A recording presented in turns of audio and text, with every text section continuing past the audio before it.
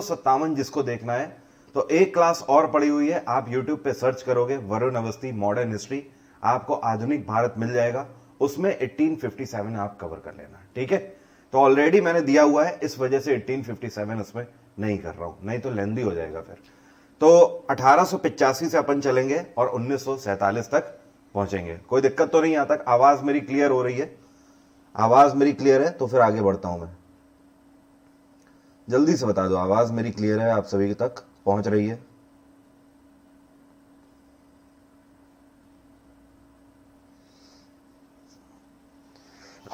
बहुत बढ़िया, चलिए स्टार्ट करते हैं।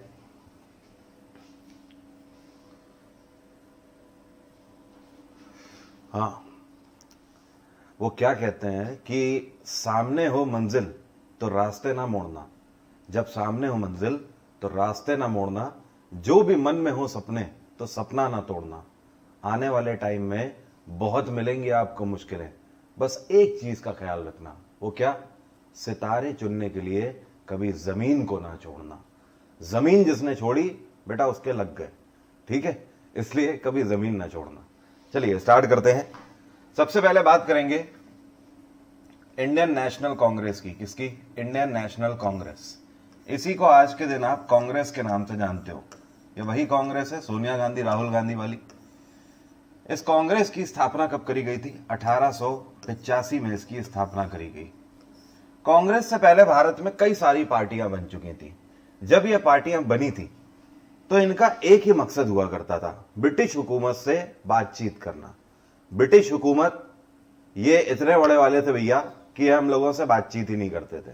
बाकी आप सभी को पता है, जो इनके क्लब हुआ करते थे, इन क्लब के बाहर ये लिखा के रखते थे, Indians and dogs are not allowed. ये ब्रिटिशर्स के क्लब के बाहर क्लियरली लिखा रहता था। बाकी भारतीयों को जो काम दिया जाता था, इस बात का खास ख्याल रखा जाता था कि हम लोगों को सी ग्रेड से ऊपर की जॉब ना दी जाए, या फिर डी ग्रेड एम्प्लॉय बनाया जाए, या फिर सी ग्रेड एम्प्लॉय बनाया जाए। मतलब डी ग्रेड मतलब झाड़ू पोछा करने वाले, खटका करने वाले, ठीक है, और उनके जूते पॉलिश करने वाले, उनके वॉशरूम साफ करने वाले, ये काम भारतीयों को दिए जाते थे डी ग्रेड में। और सी ग्रेड में जैसे कि सिपाही का काम दे देते थे। अपनी आर्मी में हम लोगों को ज्यादा से ज्यादा सिपाही बना दिया जाता था, वो भी गन के साथ नहीं, सिर्फ एक लाठी के साथ, ओके, ताकि कल को कुछ भी ऐसा करने ना पाए। और साथ में बहुत ज्यादा सी ग्रेड में आपका आ जाता था, क्लैरिकल की जॉब हमें दे दी जाती थी। इसका सीधा सा मकसद यह था कि किसी भी भारतीय को बी ग्रेड एम्प्लॉय या ई ग्रेड एम्प्लॉय नहीं बनाना है। बी ग्रेड का मतलब इंस्पेक्टर काइंड ऑफ पोस्ट, और ए ग्रेड का तो मतलब हो गया सीधे डिसीजन मेकिंग वाली जॉब। तो अगर बी और ए ग्रेड का अधिकारी नहीं बना रहे तो इसका मतलब यह है कि कोई भी भारतीय कहीं पर भी डिसीजन ना ले पाए। तो डिसीजन मेकिंग जॉब हमें नहीं दी जाती थी, हमें सिर्फ और सिर्फ यही जॉब दी जाती थी। अब इसके लिए क्या था?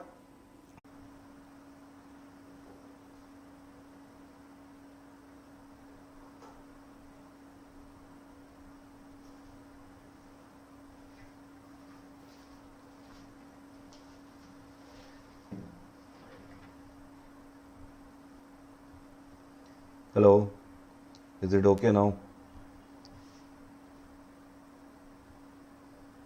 आवाज आ रही है मेरी? आप सभी तक पहुंच रही है? यहां तो पौरी हो रही है। अभी चल रही है क्लास? कोई दिक्कत तो नहीं है? ठीक है, चलिए आगे बढ़ते हैं। बहुत बढ़िया, ठीक है ठीक है ठीक है, धन्यवाद। चलिए आगे बढ़ते हैं। हाँ, तो मैं आपसे ये कह रहा था, अरे टेक्निकल इशू है, हो सकता है, कभी भी हो सकता है। आप जब बात कर रहे होते हो ना, तो उनसे भी बात करने में कभी कभी हो जाता है ना, बस वैसे ही है। नेटवर्क का कोई भरोसा नहीं है, ठीक है। और ये जो पौरी हो रही है ना, उसका भी कोई भरोसा नहीं होता कब हो जाएगी पौरी। खैर, अब देखो है क्या कि सी और डी ग्रेड की जॉब दी जाती थी हिंदुस्तानियों को, कोई भी डिसीजन मेकिंग जॉब हमें नहीं दी जाती थी, जिसकी वजह से कई सारी ऐसी पार्टियां बन चुकी थी ऑलरेडी। लेकिन कई सारी जो पार्टियां पहले बनी थी कांग्रेस के, वो इतनी ज्यादा सफल नहीं हुई जितनी ज्यादा सफल कांग्रेस हो गई। कांग्रेस को भी इसी मकसद से बनाया गया था, लेकिन हुआ क्या, बस एक चीज कर दी गई थी। कांग्रेस का इनॉग्रेशन एक ब्रिटिशर्स के हाथों के द्वारा कराया गया था, और जिनका नाम क्या था? Allan Octavian Hume. क्या कराया गया था? इनॉग्रेशन किससे? Elon Octavian Hume, A.O. Hume के नाम से जाना जाता है। तो आपसे क्वेश्चन पूछता है कि कांग्रेस का फाउंडर कौन थे? एलन ऑक्टेवियन ह्यूम थे।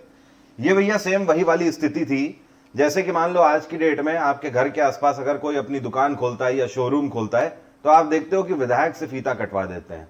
ठीक है, विधायक को या पार्षद को आसपास के बुला लिया, उनसे फीता कटवा दिया।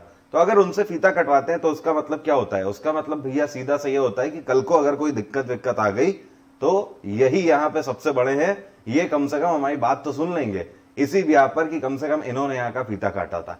ठीक है, तो क्योंकि ब्रिटिश गवर्नमेंट हमारी आवाज नहीं सुन रही थी, हमसे कम्युनिकेट नहीं करना चाहती थी, जिसकी वजह से कांग्रेस में एक नई तब्दीली करी थी। कांग्रेस को एस्टैब्लिश करते टाइम एलन ऑक्टेवियन ह्यूम से इसका शुभारंभ कराया गया था। अगर बात करें कि भारतीयों में कौन कौन थे, तो भारतीयों में थे दादा भाई नेरोजी और साथ में दिनशा इदुल्ची वाचा। ये एक पारसी जेंटल पर्सन थे। तो अब देखो, अगर आपसे क्वेश्चन पूछता है कि इंडियन नेशनल कांग्रेस की जब स्थापना करी गई थी तो किस भारतीय के द्वारा करी गई थी, तो आपका आंसर दादा भाई नेरोजी मिलेगा वहां पर आपको, या फिर इदुल्ची वाचा मिलेगा।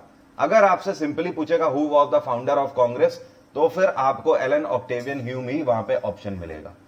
ये तो स्थापना हो जाती है। अब एक चीज और, कहां पर स्थापना करी गई थी? बॉम्बे में स्थापना करी गई थी। किस मकसद के साथ स्थापना करी गई थी? इसका एक ही मकसद था, सरदार खान वाला मकसद नहीं था। ठीक है, हाँ, कि हमारी जिंदगी का एक ही मकसद है, वो वाला नहीं। कांग्रेस का एक ही मकसद था, और वो क्या था?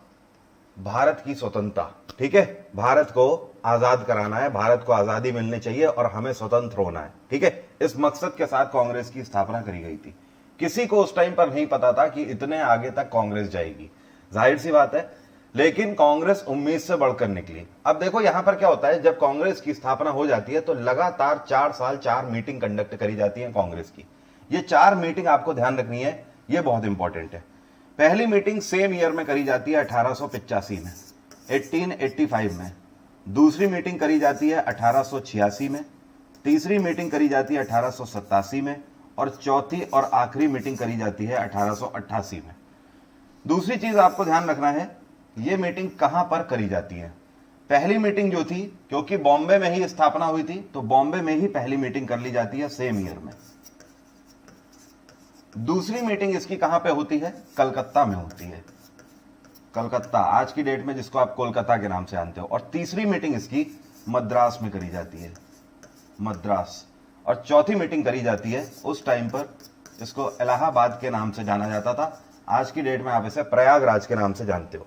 अब तीसरी चीज जो आपको ध्यान रखनी है, ईयर हो गया, वेन्यू हो गया, और अब आपको ध्यान रखना है लीडर कौन कौन थे। तो जो पहली मीटिंग थी इसकी अध्यक्षता करी थी, इसके प्रेसिडेंट थे व्योमेश चंद्र बनर्जी। कौन थे? व्योमेश चंद्र बनर्जी। दूसरी मीटिंग को लीड किया था दादा भाई नेरोजी ने, दादा भाई नेरोजी। एक चीज और ध्यान रखना, यहीं से एक और क्वेश्चन पूछता है आपसे, कहता है हमारे कौन से क्रांतिकारी थे जिनको हम लोग ग्रैंड ओल्ड मैन के नाम से जानते हैं, तो आपका आंसर होगा दादा भाई नेरोजी। इन्हीं को ग्रैंड ओल्ड मैन के नाम से जाना जाता है। ठीक है, तीसरी मीटिंग जो कंडक्ट करी थी ये बदरुद्दीन तैयब जी ने करी थी। किसने? बदरुद्दीन तैयब जी इसके प्रेसिडेंट थे। और चौथी और आखिरी मीटिंग जॉर्ज यूल के द्वारा इसकी अध्यक्षता करी गई थी। तो बस आपको ये 4 मीटिंग ध्यान रखनी है, यहीं से आपके सबसे ज्यादा क्वेश्चन कांग्रेस से बन जाते हैं। जितने भी क्वेश्चन बनाएगा वो सब क्वेश्चन यहीं से उठाएगा। अब देखिए क्वेश्चन पूछने का तरीका होता है, आपसे पूछ देगा इंडियन नेशनल कांग्रेस के पहले मुस्लिम प्रेसिडेंट कौन थे, तो आपका आंसर क्या हो जाएगा? बदरुद्दीन तैयब जी। इंडियन नेशनल कांग्रेस के पहले इंग्लिश लीडर कौन थे, तो आपका आंसर क्या हो जाएगा? George Yule. ठीक है, ऐसे क्वेश्चन उठाएगा। या फिर आपसे पूछेगा कलकत्ता में अध्यक्षता इंडियन नेशनल कांग्रेस की किसने करी थी, आपका आंसर क्या होगा? दादा भाई नेरोजी। या फिर कांग्रेस की पहली मीटिंग की अध्यक्षता किसने करी थी, आपका आंसर क्या हो जाएगा? व्योमेश चंद्र बनर्जी। सिंपली बस ऐसे क्वेश्चन आपसे पूछे जाते हैं। इसके बाद अब आगे बढ़ते हैं। कांग्रेस के बाद सीधे आपको आना है, जो कि हमें ध्यान रखना होता है, एक मूवमेंट आता है 1905 में। ऐसा क्या हो जाता है 1905 में? इसको हम लोग बंगाल के विभाजन के नाम से जानते हैं, बंगाल डिवाइडेशन। बंगाल डिवाइडेशन या फिर बंगाल पार्टीशन के नाम से इसको जाना जाता है। जब ये 1905 में बंगाल का विभाजन होता है तो इस टाइम पर भारत का वायसराय कौन था? तो आपको ध्यान रखना है, भारत का वायसराय लॉर्ड कर्जन था। कौन था? Lord Curzon. वैसे लॉर्ड कहलाने लायक तो नहीं थे ये लोग, लेकिन ये लोग अपने आप को जानबूझ के लॉर्ड कहलाते थे। ठीक है, लॉर्ड का मतलब क्या होता है? सीधा सा भगवान होता है, लेकिन ये हमसे जबरदस्ती कहलवाते थे, अपने नाम के आगे लॉर्ड लगाने को बोलते थे। इनका कोई भी नाम हो तो हम भारतीयों को इन्हें लॉर्ड बोलना पड़ता था, मतलब भगवान बोलना पड़ता था।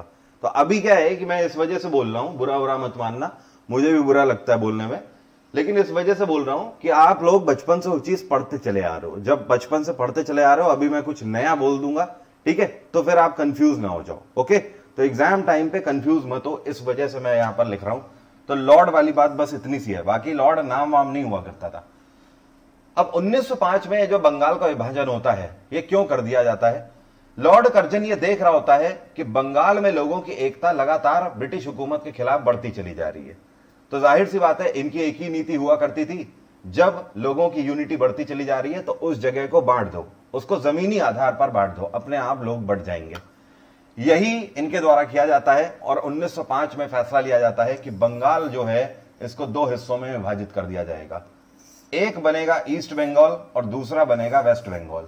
ठीक है, तो यहां पर यह अनाउंसमेंट कर दिया जाता है कि आने वाले अक्टूबर के महीने में बंगाल को बांट दिया जाएगा 1905 में, और फाइनली ऐसा किया भी जाता है। इसी को हम लोग बंगाल डिवाइडेशन के नाम से जानते हैं। अब एक चीज यहां पर ध्यान रखना, जो ये ईस्ट बंगाल था, ईस्ट बंगाल को ढाका के नाम से जाना गया था। क्या? ढाका। बाद में यही क्या बन गया? ढाका बन गया। क्या बन गया? ढाका बन गया। और आज की डेट में तो यह अलग देश भी है, बांग्लादेश के नाम से आप जिसे जानते हो। तो पहले ये ढाका था, ढाका के बाद आपको ध्यान रखना है 1947 के बाद ये ईस्ट पाकिस्तान बन गया था, और उसके बाद 1971 में आज की डेट में ये बांग्लादेश है।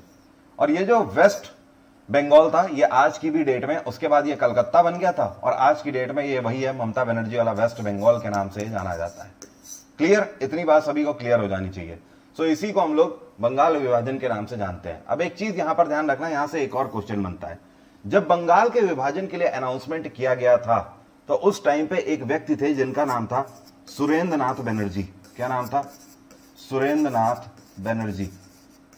ये जो सुरेंद्र नाथ बनर्जी थे, इन्होंने एक मीटिंग बुलाई थी, और इस मीटिंग में हिंदुस्तान के जितने भी बड़े लीडर्स थे उन सभी को बुलाया था, और उनसे ये रिक्वेस्ट करी थी कि ब्रिटिश हुकूमत की चाल को समझो, वो हमें विभाजित कर देना चाहते हैं, हमें डिवाइड कर देना चाहते हैं, लेकिन हमें आपस में टूटना नहीं है, हमें आपस में यूनिटी के साथ रहना है।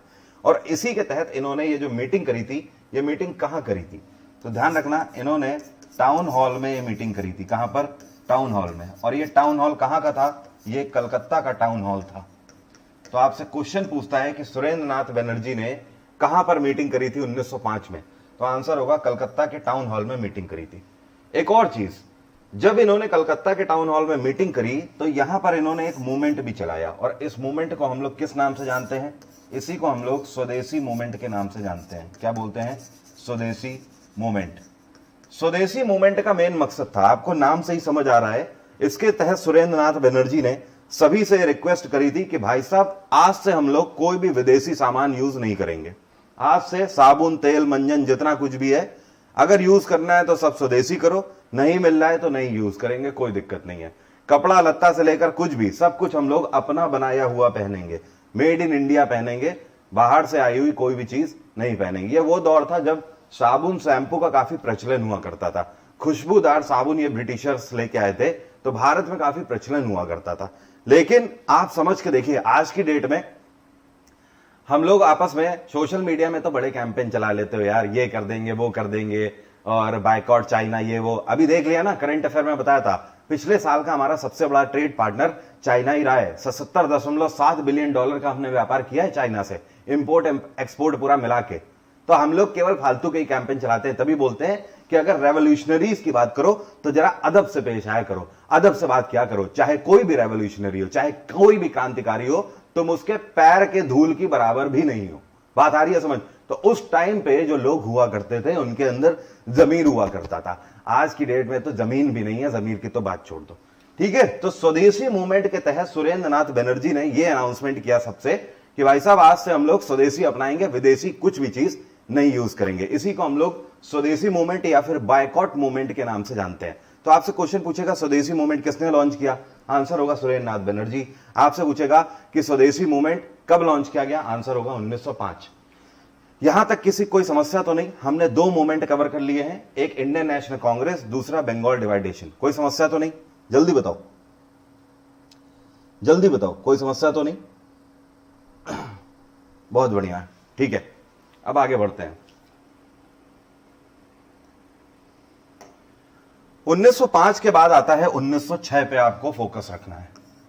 1906 हमारे लिए इंपॉर्टेंट क्यों है, क्योंकि 1906 में ऑल इंडिया मुस्लिम लीग की स्थापना करी गई थी। किसकी, ऑल इंडिया मुस्लिम लीग, ठीक है।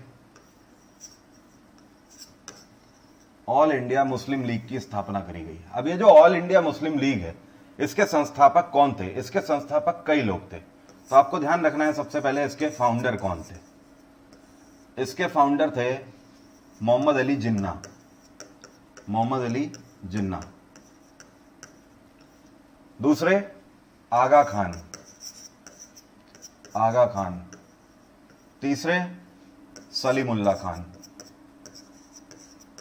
ये तीन लोग थे जिनके द्वारा ऑल इंडिया मुस्लिम लीग की स्थापना करी गई थी। कब करी गई थी, 1906 में करी गई थी।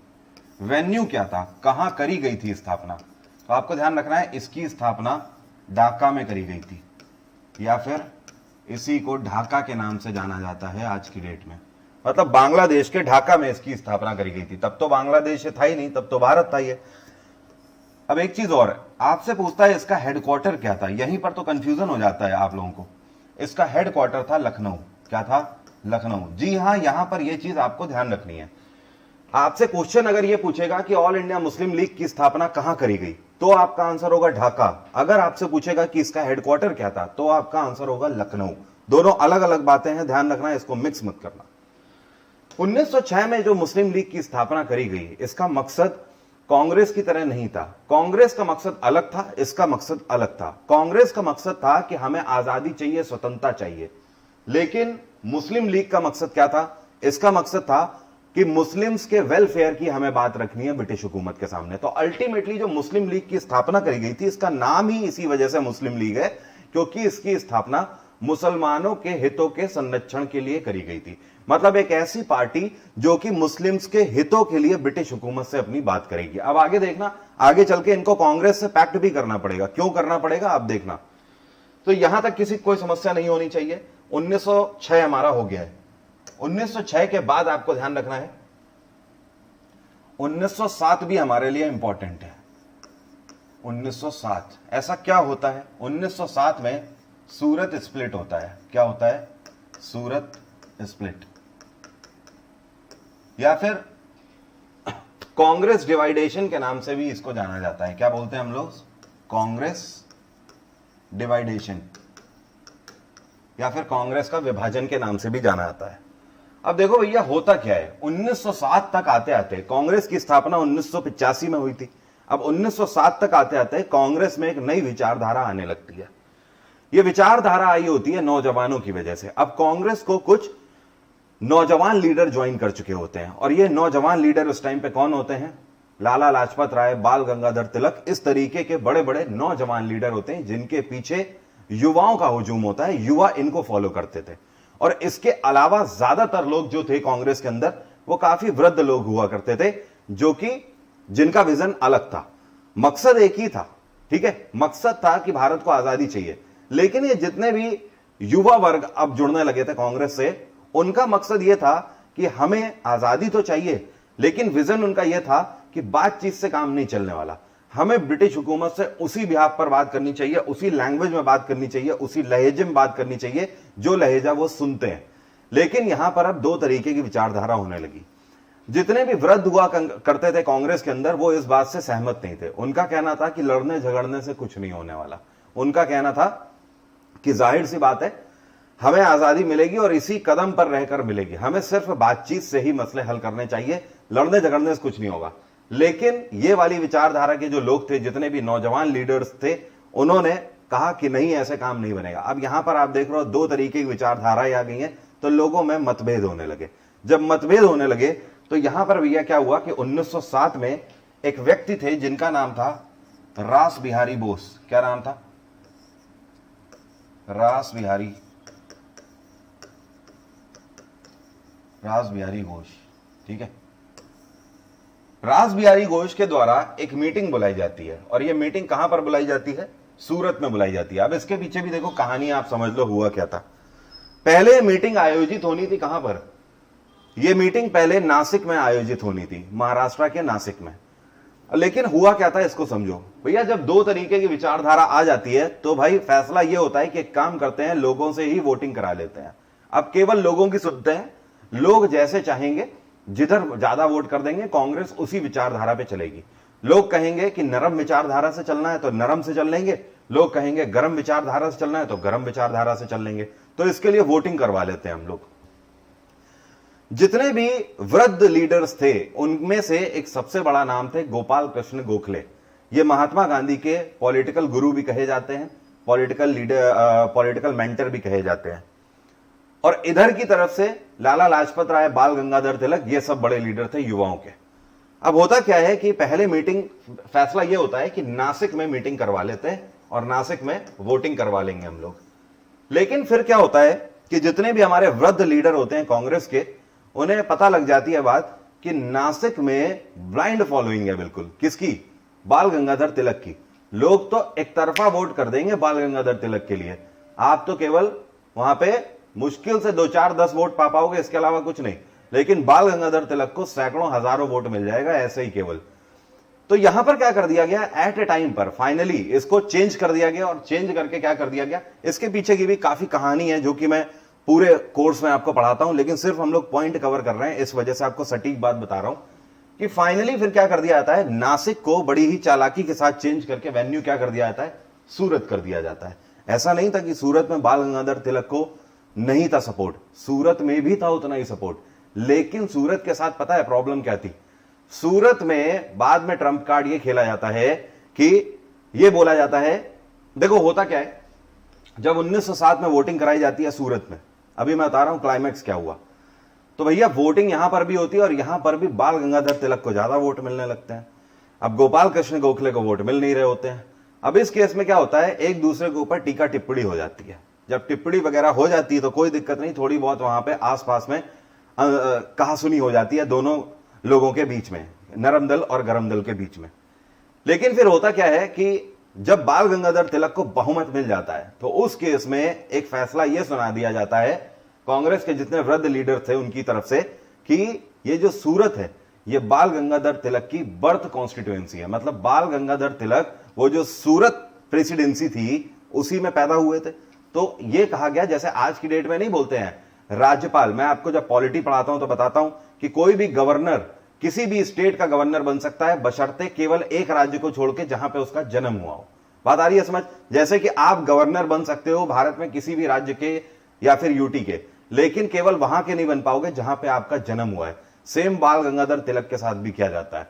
और यहां पर क्या होती है, बात बिगड़ जाती है और जितने भी गरम दल के बाकी जो सपोर्टर्स होते हैं वो यहां पर नरम दल के ऊपर टीका टिप्पणी कर देते हैं और यहीं पर क्या हो जाती है, हाथापाई गुत्थम गुत्ती भी हो जाती है। मतलब तगड़े से हो जाता है, वहां पे सीन क्रिएट हो जाता है भाई साहब 1907 में। और इसी को हम लोग क्या बोलते हैं, सूरत स्प्लिट के नाम से जानते हैं। और फाइनली यहां पर क्या होता है, जो कांग्रेस होती है ये दो हिस्सों में बढ़ जाती है। एक हिस्सा इसका बनता है मॉडरेट का, मॉडरेट का मतलब इसी को नरम दल के नाम से जाना जाता है। और एक हिस्सा इसका बनता है एक्सट्रीमिस्ट का, एक्सट्रीमिस्ट, इसी को गरम दल के नाम से जाना जाता है। जो नरम दल था इसके लीडर थे गोपाल कृष्ण गोखले। कौन थे? गोपाल कृष्ण गोखले। और जो गरम दल था इसके लीडर 3 लोग थे, लाल, बाल और पाल। लाल का मतलब लाला लाजपत राय, बाल का मतलब बाल गंगाधर तिलक और पाल का मतलब बिपिन चंद्र पाल। इस तरीके से कांग्रेस विभाजित हो जाती है। कांग्रेस विभाजित हो गई है तो जाहिर सी बात है कमजोर हो जाती है यहां से कांग्रेस। 1907 के बाद जो इंपॉर्टेंट है आपको ध्यान रखना है, 1909 हमारे लिए बहुत इंपॉर्टेंट है। अब 1909 में क्या होता है, ब्रिटिश हुकूमत की तरफ से एक बिल पास कर दिया जाता है और इसको हम लोग मार्ले मिंटो बिल के नाम से जानते हैं। क्या बोलते हैं? Morley Minto bill. लॉर्ड मार्ले और लॉर्ड मिंटो के द्वारा इस बिल को पास कर दिया जाता है 1909 में। इस बिल का मेन मकसद क्या होता है? Communal election. Communal election. Communal election का मतलब समझ रहे हो भैया? ये बोल देते हैं कि अब से हम लोग कम्युनल इलेक्शन भारत में कंडक्ट कराएंगे। इसका मतलब यह था कि एक ऐसा एरिया जहां पर हिंदू की तादाद ज्यादा है, यहां से जो लीडर चुनाव में खड़ा होगा वो हिंदू ही होगा, और ऐसा एरिया जहां पर मुस्लिम्स की तादाद ज्यादा है, वहां से जो लीडर खड़ा होगा वो मुस्लिम्स में से ही होगा। जैसे ही ये बोला जाता है तो भाई साहब इनका मकसद तो पता ही होता है, लोगों को तोड़ने के लिए। हिंदू और मुसलमानों के बीच में गहरी खाई खोदने का इनका मेन मकसद था, और ये लोग काफी हद तक इसमें सफल भी हो जाते हैं। जैसे ही ये अनाउंसमेंट किया जाता है तो जितने भी हिंदू होते हैं उनके दिमाग में क्या जाएगा? उनके दिमाग में ये जाता है कि हमारे बीच से जो लीडर होगा वो हिंदू ही होगा। तो अब हिंदू बहुल एरियाज में, ऐसा एरिया जहां पर हिंदूज ज्यादा है, वहां पे जो मुस्लिम्स थे, उन मुस्लिम्स के दिमाग में ये चीज बैठ गई कि इस एरिया से कोई मुसलमान तो खड़ा ही नहीं हो सकता, और अगर हिंदू खड़ा होगा तो केवल वो हिंदुओं के हितों के बारे में सोचेगा। और जो मुस्लिम एरिया के अंदर जो हिंदूज रहा करते थे, जहां पर मुस्लिम पॉपुलेशन ज्यादा थी, वहां पर जो हिंदूज थे, इनके दिमाग में एक चीज बैठी कि इस एरिया से तो केवल मुसलमान ही नेता खड़ा हो सकता है, तो यहां पर हम हिंदुओं के बारे में कोई सोचेगा नहीं। इसके तहत क्या होने लगा, जो हिंदू बहुल एरिया थे यहां से मुसलमान उठ के पहुंचने लगे मुस्लिम बहुल एरिया में, और जो मुस्लिम बहुल एरिया था यहां से हिंदू उठ के पहुंचने लगे हिंदू बहुल एरिया में। आप देख रहे हो कॉलोनिया, गुट एरियाज डिवाइड होने लगे, सिर्फ किसकी वजह से? मार्ले मिंटो बिल की वजह से। तो भारत में पहली बार कम्युनल इलेक्शन कंडक्ट कराए गए थे 1909 में, मार्ले मिंटो बिल को रिफॉर्म करके। आपसे एक क्वेश्चन और पूछता है, पाकिस्तान को बनाने के लिए पहली खाई जो खोदी गई थी वो पहली खाई कौन सी थी, या फिर पाकिस्तान को जन्म ही कहां से मिला है? पाकिस्तान का जन्म एक्चुअली यहीं से होने लगा था, 1909 से ही वो होने लगा था। आगे चल के मुसलमानों के नेता कौन बन गए थे? मोहम्मद अली जिन्ना बन गए थे, और इन्होंने पाकिस्तान की डिमांड कर दी थी। तो भैया पाकिस्तान का जो बीज बोया गया था वो ब्रिटिश हुकूमत के द्वारा यहीं से बो दिया गया था। आपको फालतू में ही लगता है कि 1947 में ही सब कुछ हो गया, नहीं, ये सब तो यहीं से स्टार्ट हो गया था 1909 से। तो 1909 आपके लिए इंपॉर्टेंट है। यहां पर एक क्वेश्चन ये भी पूछता है कि ये किसके द्वारा लॉन्च किया गया था? ये लॉर्ड मार्ले और लॉर्ड मिंटो के द्वारा लॉन्च किया गया था। ठीक है, 1909 के बाद 1911 आपके लिए इंपॉर्टेंट है। अब देखो 1911 हमारे लिए क्या इंपॉर्टेंट है, एक बार देख लेता हूं। आवाज वगैरह आप लोगों को क्लियर है ना? सब आवाज क्लियर है भाई सभी को? कोई दिक्कत तो नहीं है? बहुत बढ़िया, ठीक है ठीक है।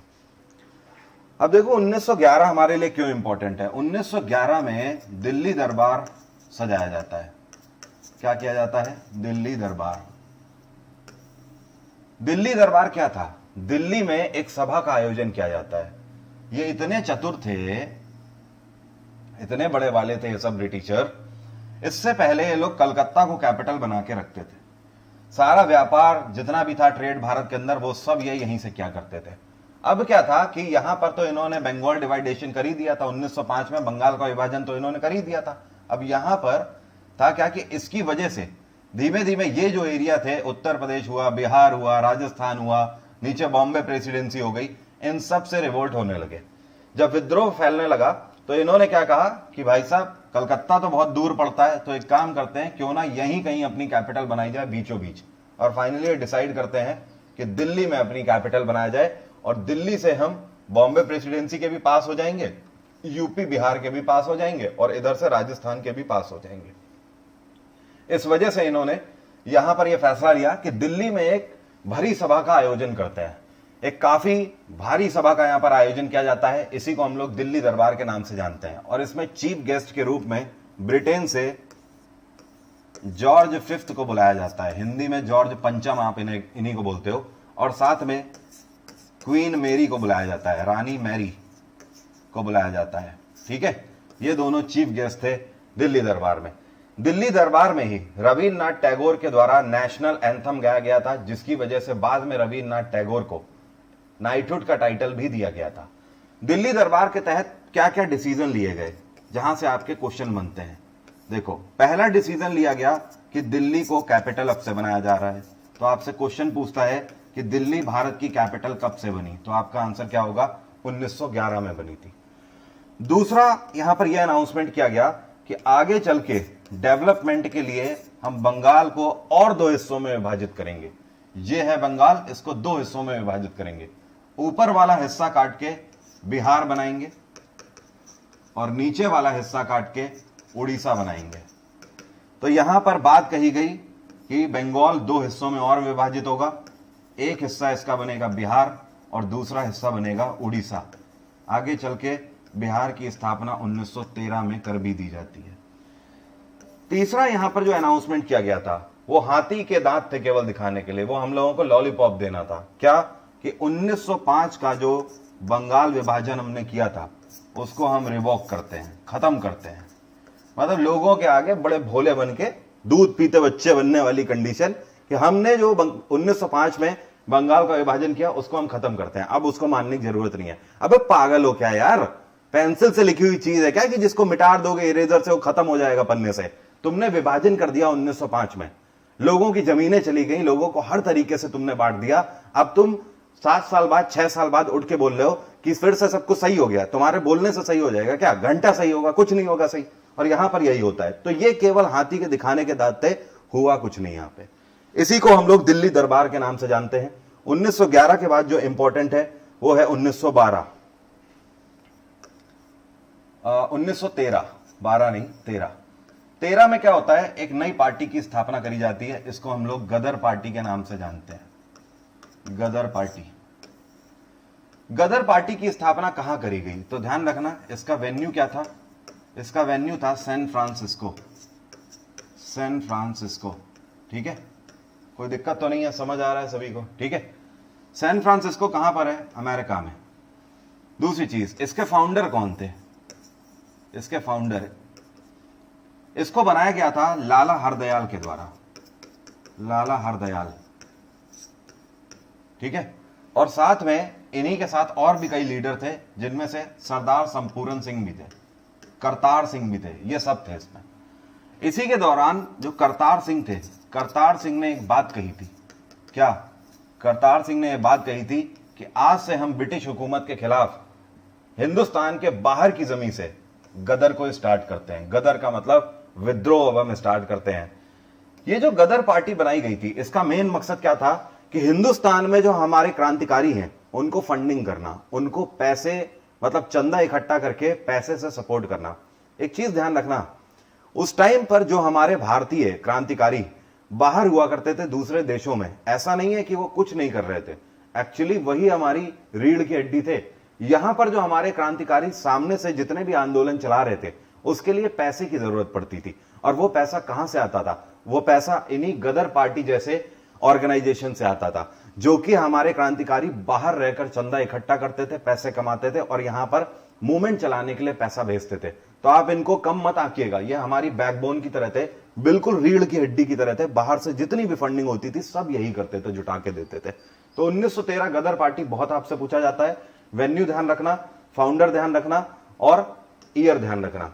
1913 के बाद जो इंपॉर्टेंट है वो आपको ध्यान रखना है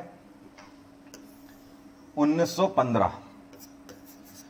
1915 में महात्मा गांधी साउथ अफ्रीका से भारत आ जाते हैं और यह दिन कौन सा होता है? 9 जनवरी 1915।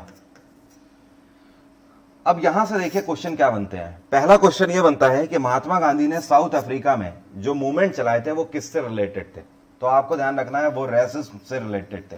रेसिस्ट का मतलब काले गोरे के भेद के खिलाफ थे, ठीक है। जो वहां पर काले गोरे को लेकर भेद होता था उसके खिलाफ महात्मा गांधी वहां पर मूवमेंट चलाते थे। साथ में एक क्वेश्चन आपसे पूछता है कि साउथ अफ्रीका में महात्मा गांधी का जो रहना था, मतलब जो लॉजिंग होती थी या फिर महात्मा गांधी ने अपना आश्रम कहां पर बना रखा था, तो उस जगह का नाम है टॉल्स्टॉय। क्या नाम है? टॉल्स्टॉय। साउथ अफ्रीका में टॉल्स्टॉय में महात्मा गांधी रहते थे। एक क्वेश्चन यह पूछता है कि साउथ अफ्रीका में महात्मा गांधी के फ्रेंड कौन थे, तो आपका आंसर होगा पोलक, इस व्यक्ति का नाम था पोलक, जिन्होंने महात्मा गांधी को वहां पे हमेशा साथ दिया है सभी मूवमेंट्स को चलाने में। कोई दिक्कत तो नहीं आता। 1915 के बाद इंपॉर्टेंट है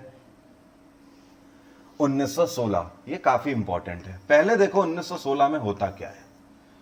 आपने देखा कि मुस्लिम लीग की स्थापना कब करी गई? 1906 में कर दी गई थी मुस्लिम लीग की स्थापना, ठीक है।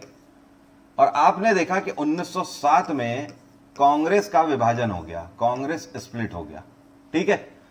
जब 1907 में कांग्रेस स्प्लिट हो गया तो कांग्रेस की ताकत खत्म होने लगी, कांग्रेस कमजोर होने लगी, क्योंकि कांग्रेस से जितने भी युवा नेता थे वो सब अलग चले गए लाल, बाल और पाल के साथ। अब कांग्रेस में केवल वृद्ध और बुजुर्ग नेता ही रह गए थे।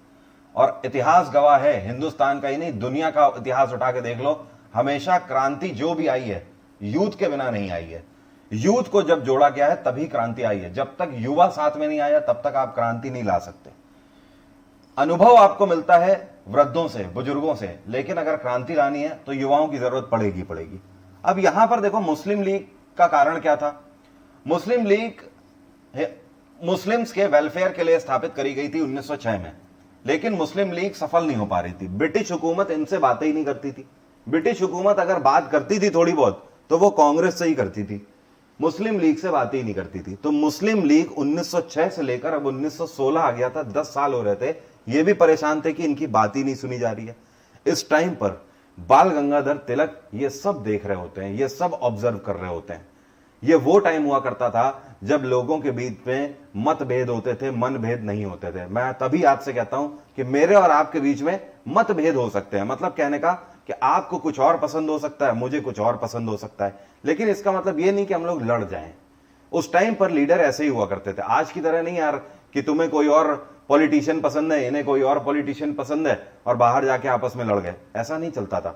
उस टाइम पर लोगों को अपना मकसद पता होता था। मकसद हमारा सिर्फ एक ही था, आजादी। बाल गंगाधर तिलक भले ही युवाओं के नेता थे, लेकिन उन्होंने कांग्रेस का साथ नहीं छोड़ा था। वो ये सारी चीजें देख रहे थे कि हमारे साथ तो युवा जुड़ रहा है, लेकिन कांग्रेस इस टाइम पे कमजोर पड़ रही है। और वो अच्छी तरह ये भी जानते थे कि कांग्रेस को मजबूत कैसे बनाया जा सकता है, क्योंकि जो मुसलमान वर्ग था वो मुस्लिम लीग के साथ जुड़ा हुआ था और वो अभी तक कांग्रेस के साथ पूर्ण तरीके से नहीं जुड़ पा रहे थे, क्योंकि मुस्लिम लीग अपना एजेंडा अलग चलाती थी। तो मुस्लिम वर्ग जो था वो मुस्लिम लीग के साथ ही रहता था। मुस्लिम लीग की कोई भी मीटिंग हुई तो वहां पे जाना है सारे मुसलमानों को, यहां पे मीटिंग हुई तो यहां आना है। इस वजह से कांग्रेस के साथ मुस्लिम जुड़ नहीं पा रहा था। बाल गंगाधर तिलक ने क्या कहा? उन्होंने कहा एक काम कर दिया जाए, कांग्रेस के साथ मुस्लिम लीग को जोड़ दिया जाए। इससे क्या होगा कि दोनों का मतलब सिद्ध हो जाएगा। इन्होंने यही किया।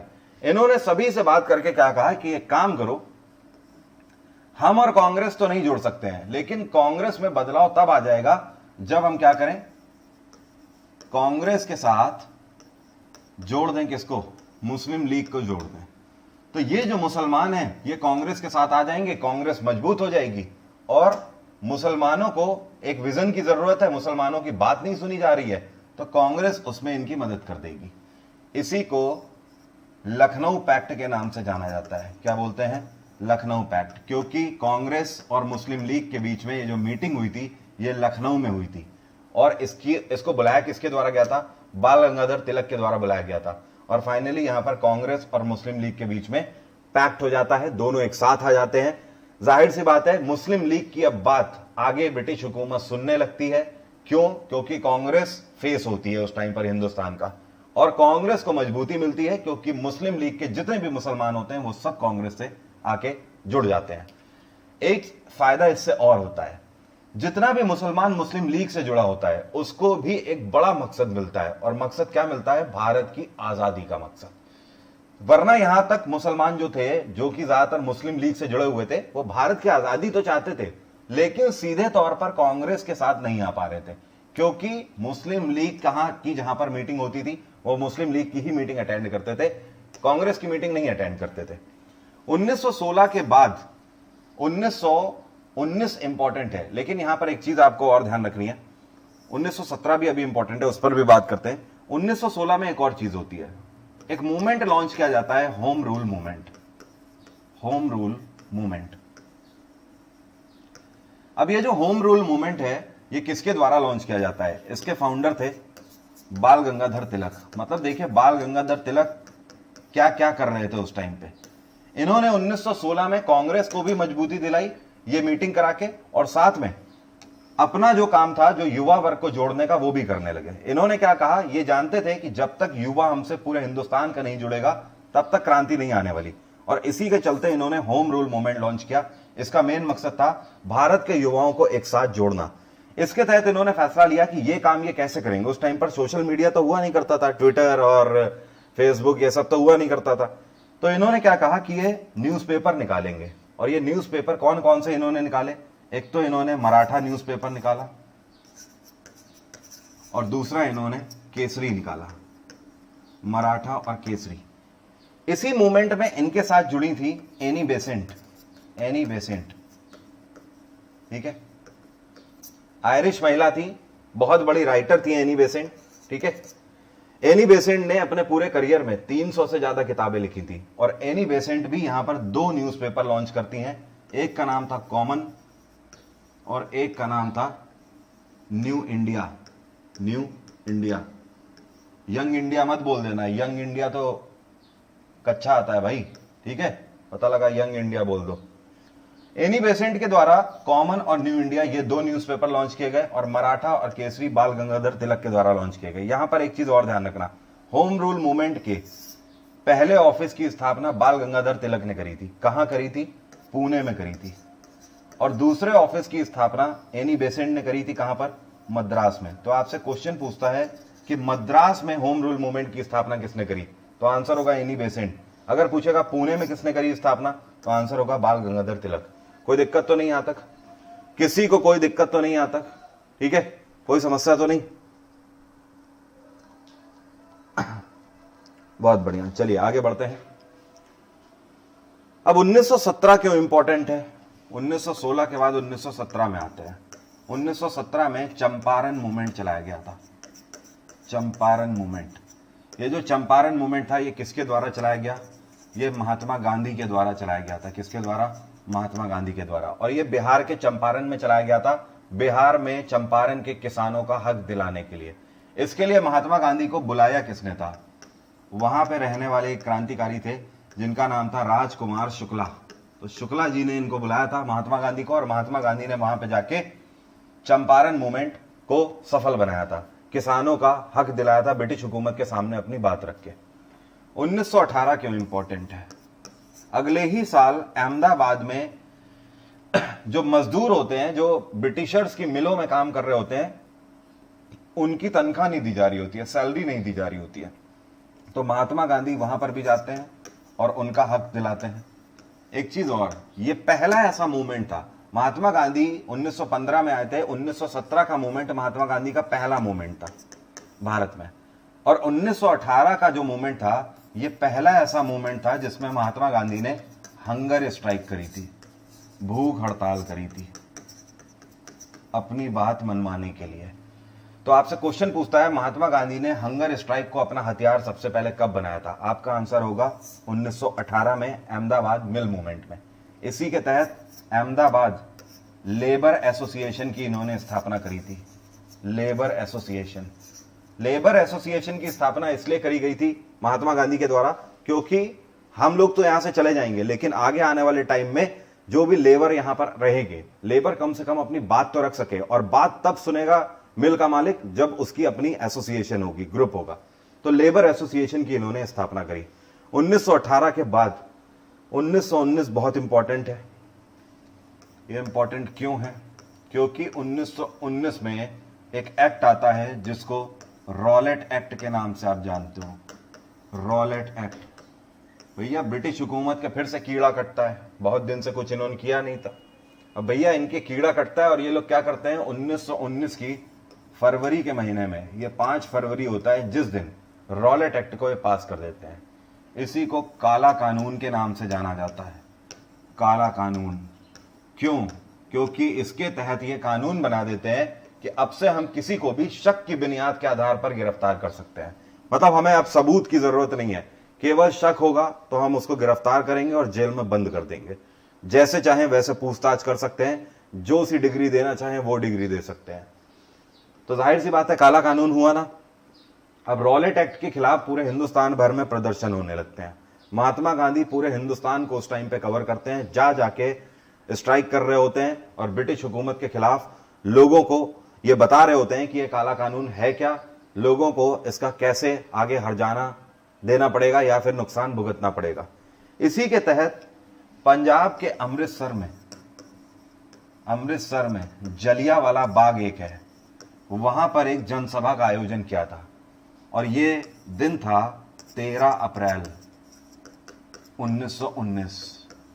यहां पर जनरल डायर आता है और यहां पर सैकड़ों की तादाद में लोग होते हैं और जनरल डायर आके अंधाधुंध गोलियां चलाने के आदेश दे देता है। अमृतसर में जलियांवाला बाग के अंदर हत्याकांड होता है। दिन दहाड़े शूट एंड साइट के ऑर्डर दे दिए जाते हैं विदाउट एनी प्रायर इंफॉर्मेशन, पहले से कोई इंफॉर्मेशन नहीं होती है और अंधाधुंध गोलियां। यह है जलियांवाला बाग। जब भी आप कभी जाओगे यहां पर आपका रोंगटा नहीं खड़ा हो जाएगा तो मेरा नाम बदल देना। जब आप यहां पे एंटर करते हो तो यहां पे 2 गेट हैं, एक गेट ये है और एक गेट ये है। बात आ रही है समझ? और इस गेट के पास यहीं पर भगत सिंह का स्टैचू आज की डेट में लगा हुआ है, बहुत बड़ा। अब क्या हुआ था कि जो जनरल डायर था वो इस गेट से एंटर होता है और यहां पर लोगों के जनसभा का आयोजन चल रहा होता है। यहीं पर जलियांवाला बाग के अंदर यहां पे एक कुआं है, इस जगह पर कुआं है, जब आप जाओगे तो देखने को आपको मिलेगा। जनरल डायर यहां से अंदर होता है। जैसा कि मैं हमेशा बोलता हूं, हिंदुस्तान में जितने बड़े बड़े वीर हुए हैं उतने ही बड़े बड़े गद्दार भी हुए हैं टाइम टू टाइम। यहां पर एक गद्दार था जिसका नाम था हंसराज। ये भारतीय था, ये ब्रिटिश हुकूमत से कुछ सिक्कों के लालच में बिक गया था और इसी ने क्या किया था, गेट नंबर 2 को बंद कर दिया था। और ये यही था जो कि पास की चौकी में जनरल डायर को जाके सारी इंफॉर्मेशन दे रहा था कि यहां पर अब कितने लोग आ गए। जनरल डायर जब यहां से एंटर करता है, हंसराज जाके गेट नंबर 2 को बंद कर देता है और यहीं पर क्या किया जाता है, ऐसे घेराव किया जाता है और सीधे गोलियां चलाई जाती हैं, शूट एंड साइट के ऑर्डर दिए जाते हैं। लोग भागने की कोशिश करते हैं तो ये दीवार है, दीवार से चढ़ के भाग नहीं पाते हैं। कुछ लोग जान बचाने के लिए इसी कुएं के अंदर कूद जाते हैं और इसी को हम लोग जलियांवाला बाग नरसंहार के नाम से जानते हैं। 380 के आसपास लोग मारे गए थे, यह सरकारी आंकड़ा है। इसके अलावा हजारों लोग यहां पे घायल हुए थे।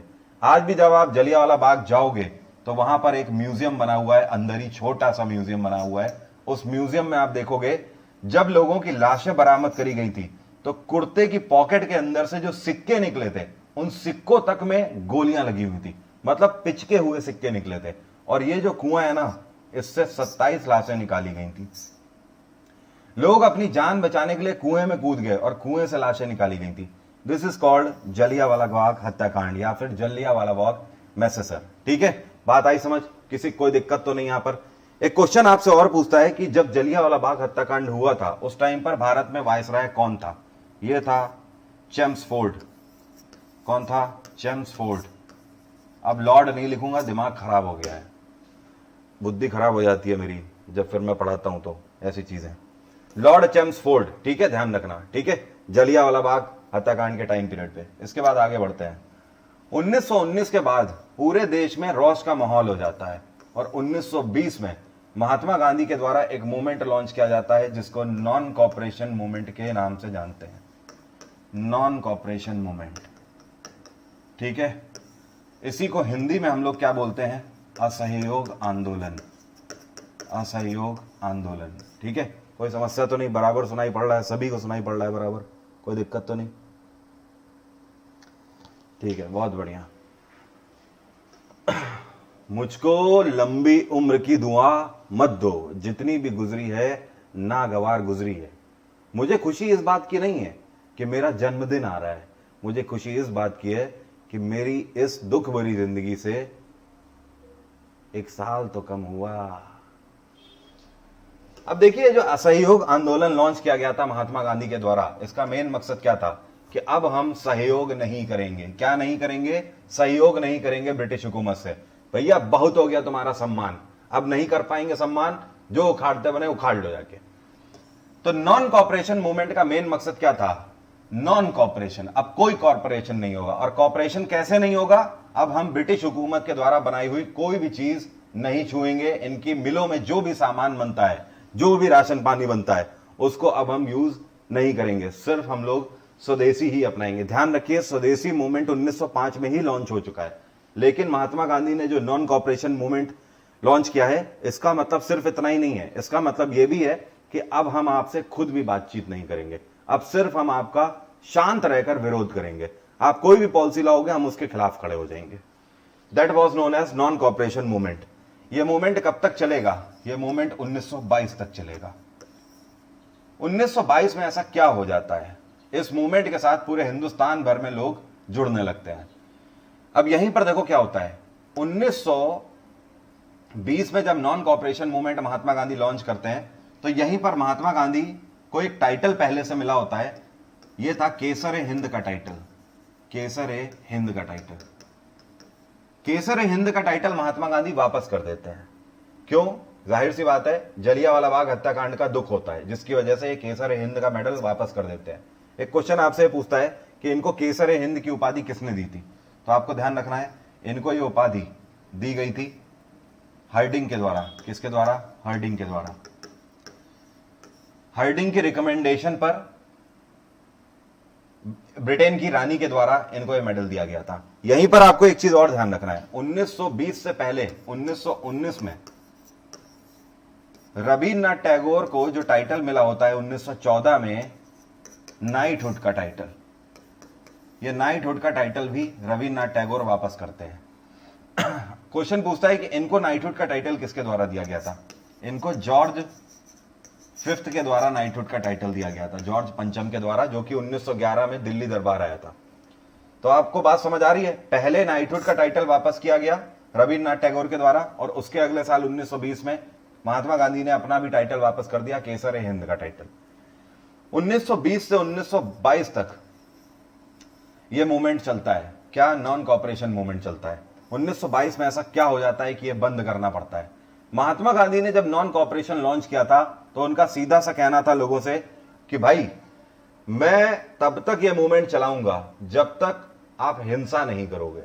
आपको यह मूवमेंट तब तक चलाते रहना है जब तक हमें आजादी नहीं मिलती, बशर्ते हिंसा नहीं होनी चाहिए, वायलेंस नहीं होना चाहिए। लेकिन 1922 में वायलेंस हो जाता है। क्या हो जाता है? इसी को हम लोग चौरी चौरा हत्याकांड के नाम से जानते हैं। क्या बोलते हैं? चौरी चौरा हत्याकांड। उत्तर प्रदेश में गोरखपुर एक जिला है, और गोरखपुर में क्या होता है, कुछ ब्रिटिशर्स एक जगह पर लोग भीड़ में खड़े होते हैं, हिंदुस्तानी लोग भीड़ में खड़े होते हैं। तो ब्रिटिशर्स वहां से दो जा रहे होते हैं, वो बिना किसी प्रायर इंफॉर्मेशन के गोलियां चला देते हैं उनके ऊपर। एक व्यक्ति को गोली लग जाती है, हालांकि मृत्यु नहीं होती है, लेकिन अब हिंदुस्तान के लोग वैसे भी बौखलाए बैठे होते हैं 1919 की वजह से। तो यहां पर क्या करती है, पब्लिक इनको दौड़ा लेती है। अब ये दौड़ के पहुंच जाते हैं अपने पास की पुलिस चौकी में, और वहीं पर अंदर घुस जाते हैं और सोचते हैं अब कोई भी आ जाए अंदर तो फिर देख लेंगे। लोग क्या करते हैं, पहुंच के इनकी पुलिस चौकी का दरवाजा ही बाहर से बंद कर देते हैं और लगा देते हैं इसमें आग। यहां पर 23 पुलिस वाले, सब ब्रिटिशर होते हैं, सब यहां पर जिंदा जल जाते हैं। इस घटना को हम लोग चौरी चौरा हत्याकांड के नाम से जानते हैं। महात्मा गांधी को जब यह पता लगता है 1922 में, जब ये केस हो जाता है, तो महात्मा गांधी तुरंत नॉन कॉपरेशन मूवमेंट से विड्रॉल कर लेते हैं। वो कहते हैं नॉन कॉपरेशन मूवमेंट बंद, क्योंकि आप लोगों ने वायलेंस किया है, अब मैं इस मूवमेंट को नहीं चला सकता। इसी दौरान कई सारे लीडर्स महात्मा गांधी को मनाने गए थे, सुभाष चंद्र बोस भी गए थे, लेकिन महात्मा गांधी नहीं माने थे, क्योंकि महात्मा गांधी की खास बात थी, उसूलों के पक्के थे। वो एक बार जो कह दिया, फैसला ऑन द स्पॉट। यहीं से नॉन कॉपरेशन मूवमेंट खत्म हो जाता है 1922 से। एक चीज और ध्यान रखना, 1919 में एक मूवमेंट चलाया गया था, और जिसको हम लोग खिलाफत मूवमेंट के नाम से जानते हैं। क्या बोलते हैं? खिलाफत मूवमेंट। ये खिलाफत मूवमेंट क्यों चलाया गया था? जैसे भारत में ब्रिटिशर्स राज कर रहे थे, उसी तरीके से ब्रिटिशर्स टर्की में भी राज कर रहे थे, तुर्क में। इन्होंने आधी दुनिया पर राज किया है। ये सब चुरवे और लुटेरे थे। अब भैया, टर्की में जब ये राज कर रहे थे, तो वहां पर भी ये क्या करते हैं, इन्होंने जैसे भारत में किया था ना, जैसे इन्होंने मराठाओं के साथ किया था, पहले मराठाओं को बीच में तोड़ा, उसके बाद में क्या किया, मराठाओं की जो सबसे बड़ी पोस्ट हुआ करती थी पेशवा, उसको खत्म कर दिया था कि भैया पेशवा की ही सीधे इंपॉर्टेंस खत्म करो, मराठाओं की पावर खत्म हो जाएगी। वहां पर खलीफा का पद चलता था तुर्क में। तो ये लोग क्या कहते हैं, वहां पे मुसलमानों में काफी यूनिटी थी, तो यूनिटी बढ़ती जा रही थी और इनका दबदबा कम होता जा रहा था। तो सीधे से अब एक ही इनके पास आता था, इनको एक ही चीज, डिवाइड एंड रूल। और डिवाइड एंड रूल कैसे आएगा? फाइनली ये क्या करते हैं, वहां पे ये फैसला लेते हैं कि अब से हम खलीफा के पद को ही खत्म कर देंगे। अरे भाई, मुसलमान किसकी सुन रहे थे वहां पे? खलीफा की तो सुनते थे, खलीफा ही तो मार्गदर्शन वहां पे मुसलमानों का करता था। लेकिन इन्होंने क्या फैसला लिया, जैसे यहां पे पेशवा की गद्दी को खत्म कर दिया, वैसे ये कहते हैं कि हम खलीफा के पद को ही खत्म कर देंगे। अब मुसलमान वहां पे विरोध करने लगते हैं। धीमे धीमे दूसरे देशों में बात फैलती है, भारत में भी बात फैलती है, और जब भारत में बात फैलती है तो भारत के मुसलमान भी उसके खिलाफ हो जाते हैं। पूरे वर्ल्ड में मुसलमानों के द्वारा यह मूवमेंट चलाया गया था, और भारत में इस मूवमेंट को लॉन्च किया जाता है किसके द्वारा? अली बंधुओं के द्वारा। किसके द्वारा? अली ब्रदर्स के द्वारा। ये दो लोग थे, अली ब्रदर्स, जिनके द्वारा इस मूवमेंट को लॉन्च किया गया था। ये कौन कौन थे? मौलाना मोहम्मद अली और शौकत अली। इन्हीं को हम लोग अली बंधु के नाम से जानते हैं, जिनके द्वारा खिलाफत मूवमेंट को भारत में लॉन्च किया गया। अब देखो टर्की में क्या हुआ आगे चल के। किया इन्होंने वही जो ये चाहते थे। टर्की में जब इन्होंने देखा कि मुसलमानों की तो ताकत लगातार बढ़ती चली जा रही है, ये लोग यूनाइट हो रहे हैं पूरे, और केवल यहीं से नहीं पूरे वर्ल्ड में हो रहे हैं यूनाइट, तो इन्होंने क्या किया आगे चल के, फिर से वही किया। जब पोस्ट ना खत्म कर पाओ तो जमीनी आधार पर बांट दो। इन्होंने क्या किया, सीवर्स की ट्रीटी करी, और क्या बोला कि भैया टर्की में डेवलपमेंट तब हो पाएगा जब हम तुर्क को दो हिस्सों में विभाजित करेंगे। जैसे बंगाल को किया था, वैसे ही तुर्की में भी दो हिस्सों में इसको विभाजित कर देते हैं सीवर्स की ट्रीटी के तहत। और फाइनली जब दो हिस्सों में विभाजित किया जाता है टर्की को, तो मुसलमानों की ताकत कम होने लगती है, वहां पर भी लोग बट जाते हैं, जिसकी वजह से इसका फायदा उठा के आनन फानन में 1922 में क्या करते हैं, वहां पे फाइनली खलीफा के पद को खत्म करने में कामयाब हो जाते हैं। जैसे ही खलीफा का पद वहां पे खत्म होता है, टर्की में एक छत्र राज ब्रिटिश हुकूमत का हो जाता है। फिर से बात आ रही है समझ? और जैसे ही खलीफा का पद खत्म होता है, पूरी दुनिया भर से ये जो खिलाफत मूवमेंट चल रहा होता है, ये धीमे धीमे अपने आप शांत हो जाता है। भारत में भी 1922 में शांत हो गया था। तो नॉन कॉपरेशन मूवमेंट जो है 1920 में लागू किया जाता है, और 1922 में चौरी चौरा हत्याकांड की वजह से बंद होता है, और 1919 में जो खिलाफत मूवमेंट शुरू होता है, यह भी 1922 में बंद होता है। किसकी वजह से? क्योंकि टर्की में फाइनली खलीफा का पद खत्म हो जाता है। बात आई समझ? जितने क्वेश्चन बन सकते थे वो मैंने आपको यहां पर समझा दिए। 1922 के बाद 1923 इंपॉर्टेंट है। 23 क्यों इंपॉर्टेंट है? इस साल में स्वराज पार्टी की स्थापना करी जाती है। इसकी स्थापना क्यों करनी पड़ती है? 1922 में जब चौरी चौरा हत्याकांड हो चुका, जो अभी मैंने आपको बताया, उसके बाद हजारों क्रांतिकारियों को जेल में भर दिया जाता है। महात्मा गांधी को भी जेल हो जाती है इसी के तहत। 6 साल की कैद सुनाई गई थी महात्मा गांधी को, लेकिन फिर उनकी तबीयत खराब होने के चलते उनको जल्दी छोड़ दिया गया था। यह वो दौर था जब हिंदुस्तान में बड़े बड़े लीडर्स जेल के अंदर थे। तो जाहिर सी बात है, आजादी लेने के लिए कोई मूवमेंट तो चलना चाहिए। इस टाइम पर बीड़ा उठाया था दो लोगों ने। एक थे सीआर दास, इनको चितरंजन दास के नाम से जाना जाता है, और दूसरे थे मोतीलाल नेहरू। ये दो लोग आगे आते हैं और इस मकसद के साथ कि एक पार्टी की स्थापना करते हैं, और उसका नाम रखा जाता है स्वराज पार्टी। स्वराज पार्टी का मकसद ही यही था कि हमें पूर्ण स्वराज चाहिए, मतलब पूरे भारत को आजाद चाहिए। तो 1923 में स्वराज पार्टी की स्थापना करी गई। इसके बाद आपके लिए इंपॉर्टेंट है 1924। 1924 में एचआरए की स्थापना करी गई थी, हिंदुस्तान रिपब्लिकन एसोसिएशन की स्थापना करी गई। इसकी स्थापना किसके द्वारा करी गई? ध्यान रखिएगा, राम प्रसाद बिस्मिल के द्वारा इसकी स्थापना करी गई। ठीक है, क्यों करी गई इसकी स्थापना?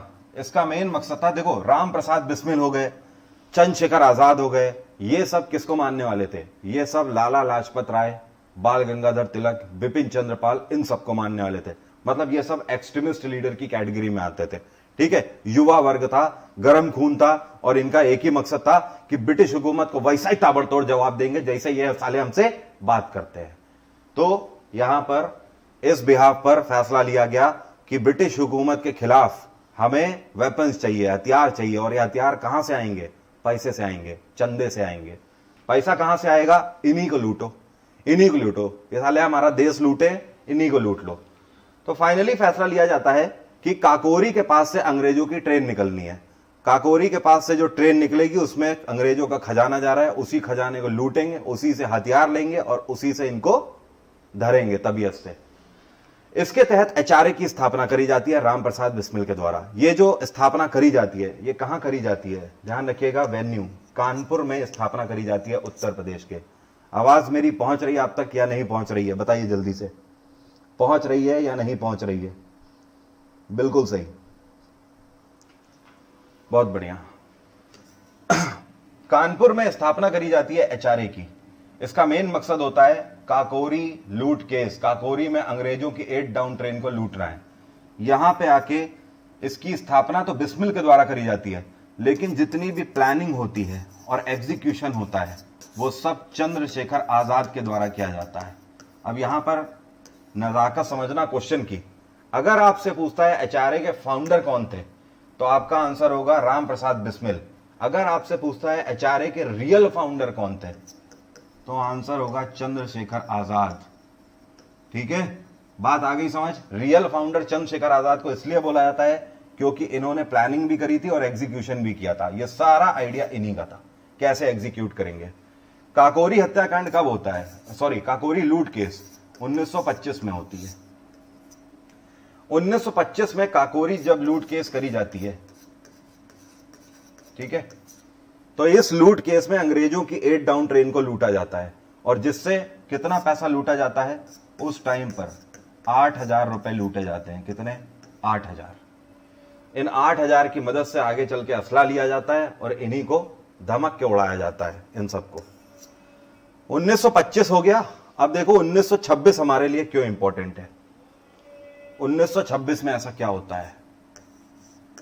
हिंदुस्तान के इतिहास में एक ऐसा नाम जो कि हिंदुस्तान के फ्यूचर तक भी रहेगा।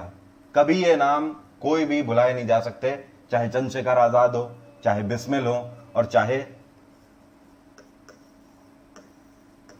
भगत सिंह। भगत सिंह ये वो व्यक्ति थे जो कि बचपन से ही लाला लाजपत राय को देखकर बड़े हुए थे और इनकी नसों के अंदर जो हिंदुस्तान को आजाद कराने के लिए जो जज्बा दौड़ रहा होता है वो सिर्फ और सिर्फ लाला लाजपत राय को देखकर ही दौड़ रहा होता है।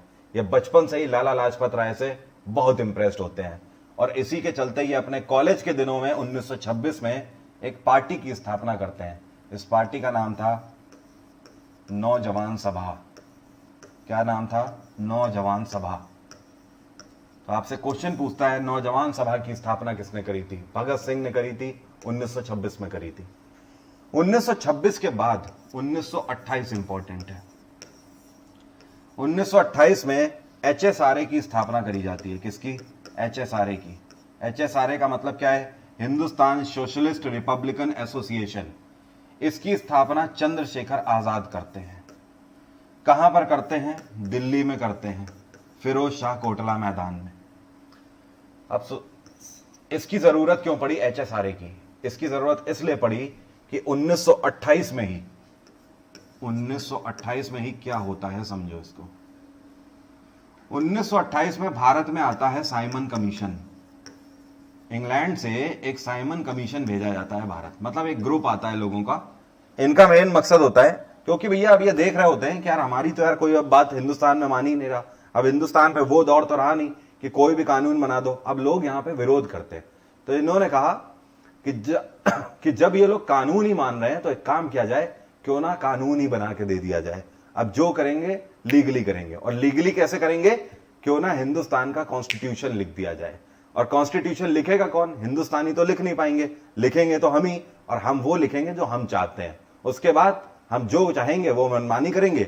ये जब हमसे कहेंगे हिंदुस्तानी लोग कि ये कैसे कर रहे हो, तो इनको वही किताब खोल के दिखा देंगे, देखो किताब में लिखा हुआ है, अब बताओ क्या कर लोगे। तो भैया इस मकसद से साइमन कमीशन भारत आया था।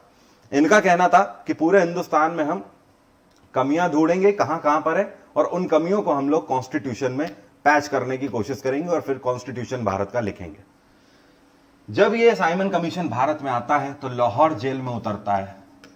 लाहौर जेल के सामने लाहौर स्टेशन होता है, वहां पर लाहौर स्टेशन में उतरता है, और वहीं पर लाला लाजपत राय जो होते हैं वो इसी के खिलाफ प्रदर्शन कर रहे होते हैं। इसी मूवमेंट पे साइमन गो बैक के नारे लगाए गए थे, साइमन गो बैक के, ठीक है। अब यहां पर साइमन गो बैक के नारे लगाए जा रहे होते हैं और यहीं पर लाठी चार्ज हो जाता है। लाला लाजपत राय के सर पे लाठी लग जाती है, जिसकी वजह से ये इंजर्ड हो जाते हैं बुरी तरीके से। कोई एक लाठी नहीं लगती है, जानबूझ के उनके सर पे कई लाठियों से वार किए जाते हैं, जिसकी वजह से बुरी इंजरी होती है और 1928 में लाला लाजपत राय हमारे बीच नहीं रहते हैं, उनका देहांत हो जाता है। लाला लाजपत राय की मृत्यु का गहरा असर होता है हिंदुस्तान के हर एक युवा के ऊपर। उस टाइम पर हिंदुस्तान का जो नौजवान होता है वो सेम वैसा ही फील कर रहा होता है जैसा एक लड़के के सर से बाप का साया उठ जाए। हिंदुस्तान का हर नौजवान उस टाइम पे अनाथ फील कर रहा होता है कि जैसे सर से बाप का साया ही उठ गया, लाला लाजपत राय हमारे बीच नहीं रहे। इसी तरीके से चंद्रशेखर आजाद भी यही फील कर रहे होते हैं। आजाद तो चुप बैठने वाले थे ही नहीं, और आजाद क्या करते हैं, HSRA की स्थापना करते हैं, हिंदुस्तान सोशलिस्ट रिपब्लिकन एसोसिएशन, और इसका एक ही मकसद होता है कि अब लाला लाजपत राय की मृत्यु का बदला लेंगे। गोली के बदले गोली चलेगी, लाठी के बदले गोली भी चलेगी और गाली भी चलेगी, सीधा सा ये मकसद। अब क्या होगा, अब आर पार की कहानी होगी। HSRA में ही आकर भगत सिंह जुड़े थे। ये जो भगत सिंह आकर जुड़े हैं चंद्रशेखर आजाद से, वो इसी वजह से, क्योंकि भगत सिंह ने उस टाइम पर पंजाब छोड़ दिया था और ये सीधे चल पड़े थे दिल्ली की तरफ। किससे मिलने के लिए, चंद्रशेखर आजाद से मिलने के लिए।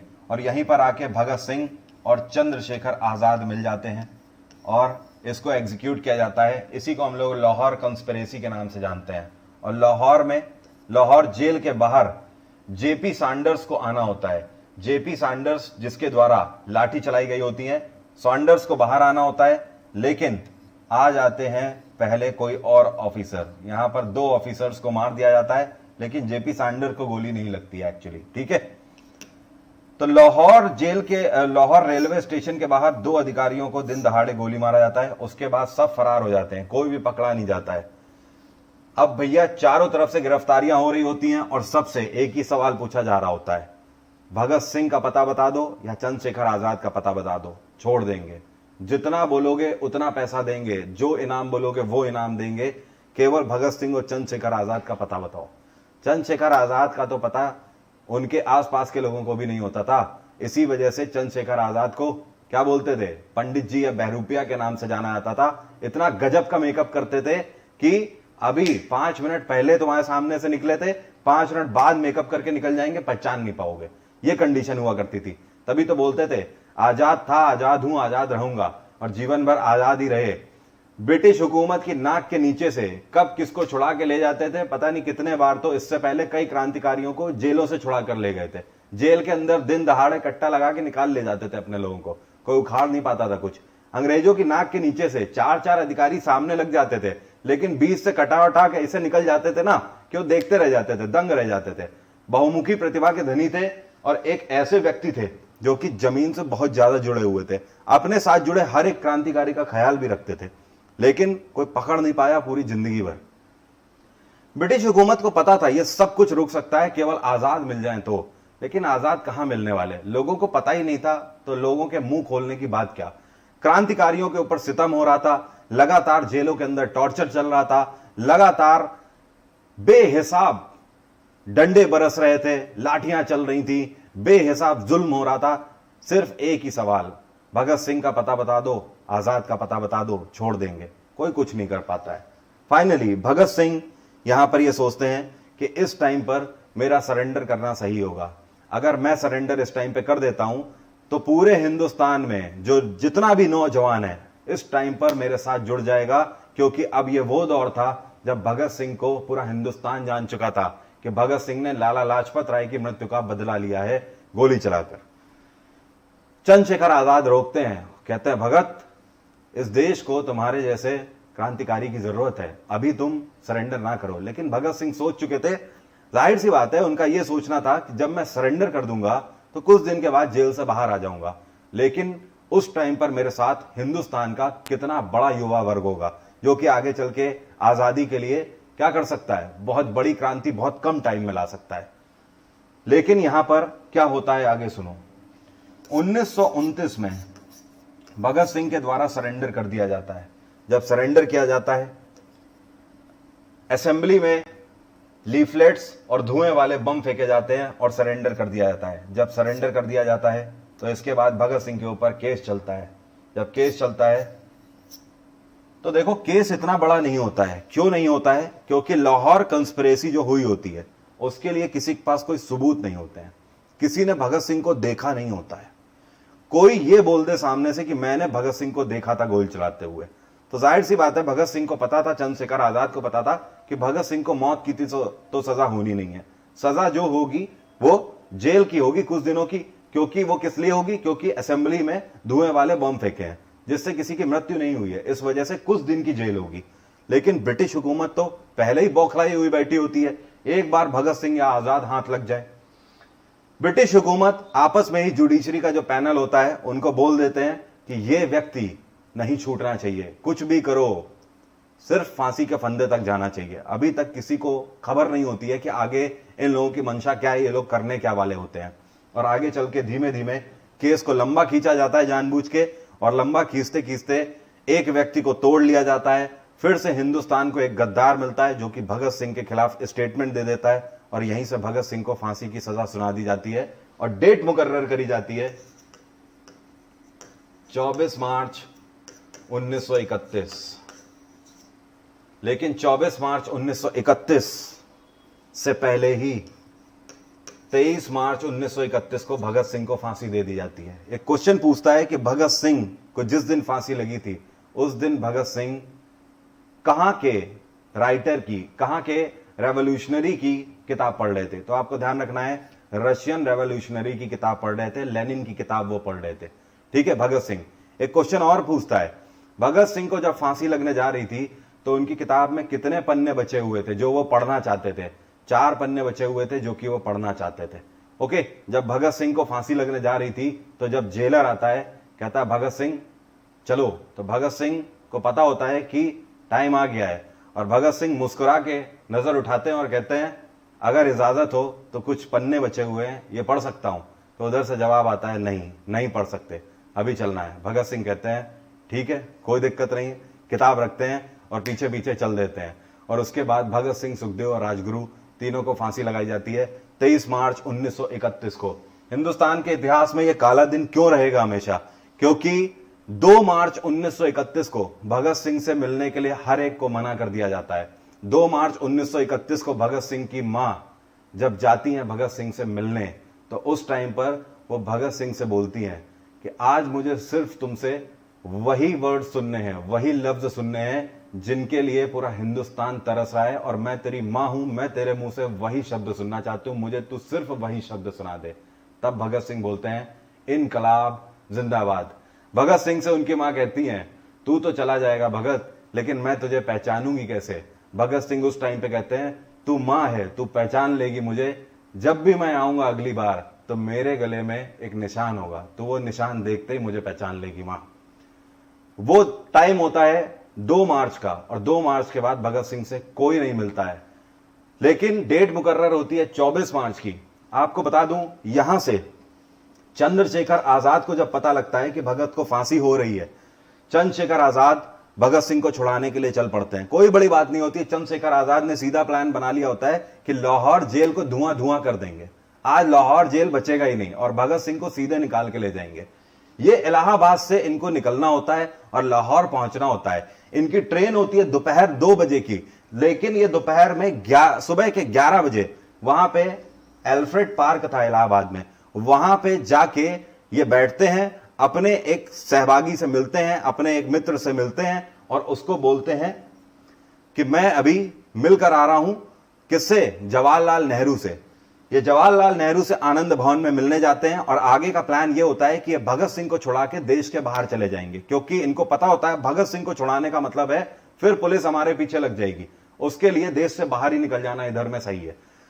जवाहरलाल नेहरू से ये मदद मांगने गए होते हैं, लेकिन यहां पर वो जो व्यक्ति होता है वो व्यक्ति जाके मुखबरी कर देता है। वो व्यक्ति मुखबरी करता है या कोई और मुखबरी करता है, ये किसी को नहीं पता। किसने वो मुखबरी करी थी इस इतिहास में वो नाम दर्ज ही नहीं है। थोड़ी देर के बाद मिलने का यहां पर वादा होता है, उस व्यक्ति को इन्होंने भेजा होता है पैसे लेकर। वो व्यक्ति पैसे लेकर यहां पे आ ही रहा होता है कि यहां पर चंद्रशेखर आजाद पहले ही आके बैठे होते हैं। इनको पता लग जाता है कि चारों तरफ से ब्रिटिश हुकूमत ने घेर लिया, यहां पे तो आर्मी लगी हुई है चारों तरफ से, और यहां पर वो सीधे फिर अपनी पिस्टल निकालते हैं, फिर तो आर पार ही होना था। आजाद थे, आजाद जीऊंगा और आजाद मरूंगा, इस पद्धति के साथ सीधे यहां पर एक पेड़ था, इस पेड़ के पीछे चंद्रशेखर आजाद होते हैं। अकेले चंद्रशेखर आजाद 60 लोगों से 45 मिनट तक लड़ते रहे थे और अकेले इन्होंने 24 को मार दिया था वहां पे।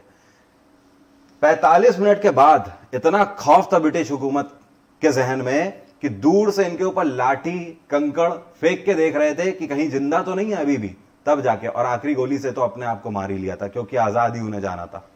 यह दिन था जब चंद्रशेखर आजाद शहीद हुए थे, 27 फरवरी 1931। और आप देखो 24 मार्च 1931 को भगत सिंह को फांसी होनी थी। भगत सिंह को फांसी होने से पहले ही लगातार लोगों का हुजूम बढ़ता चला जा रहा था।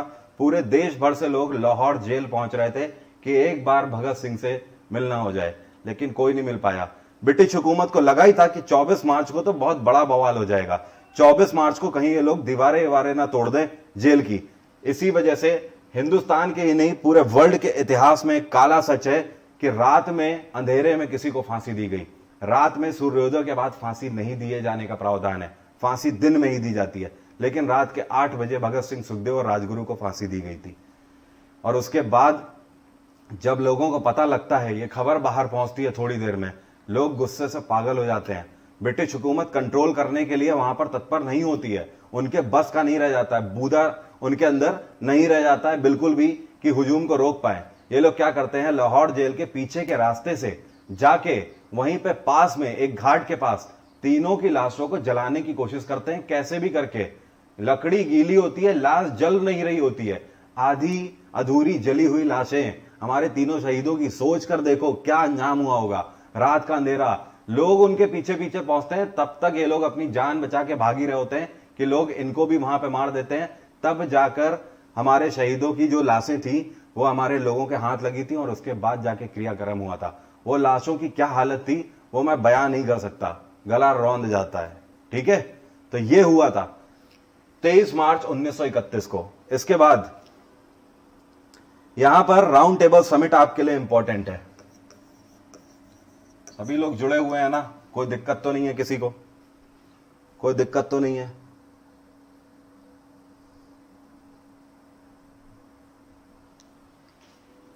इसके बाद देखिए राउंड टेबल समिट आता है।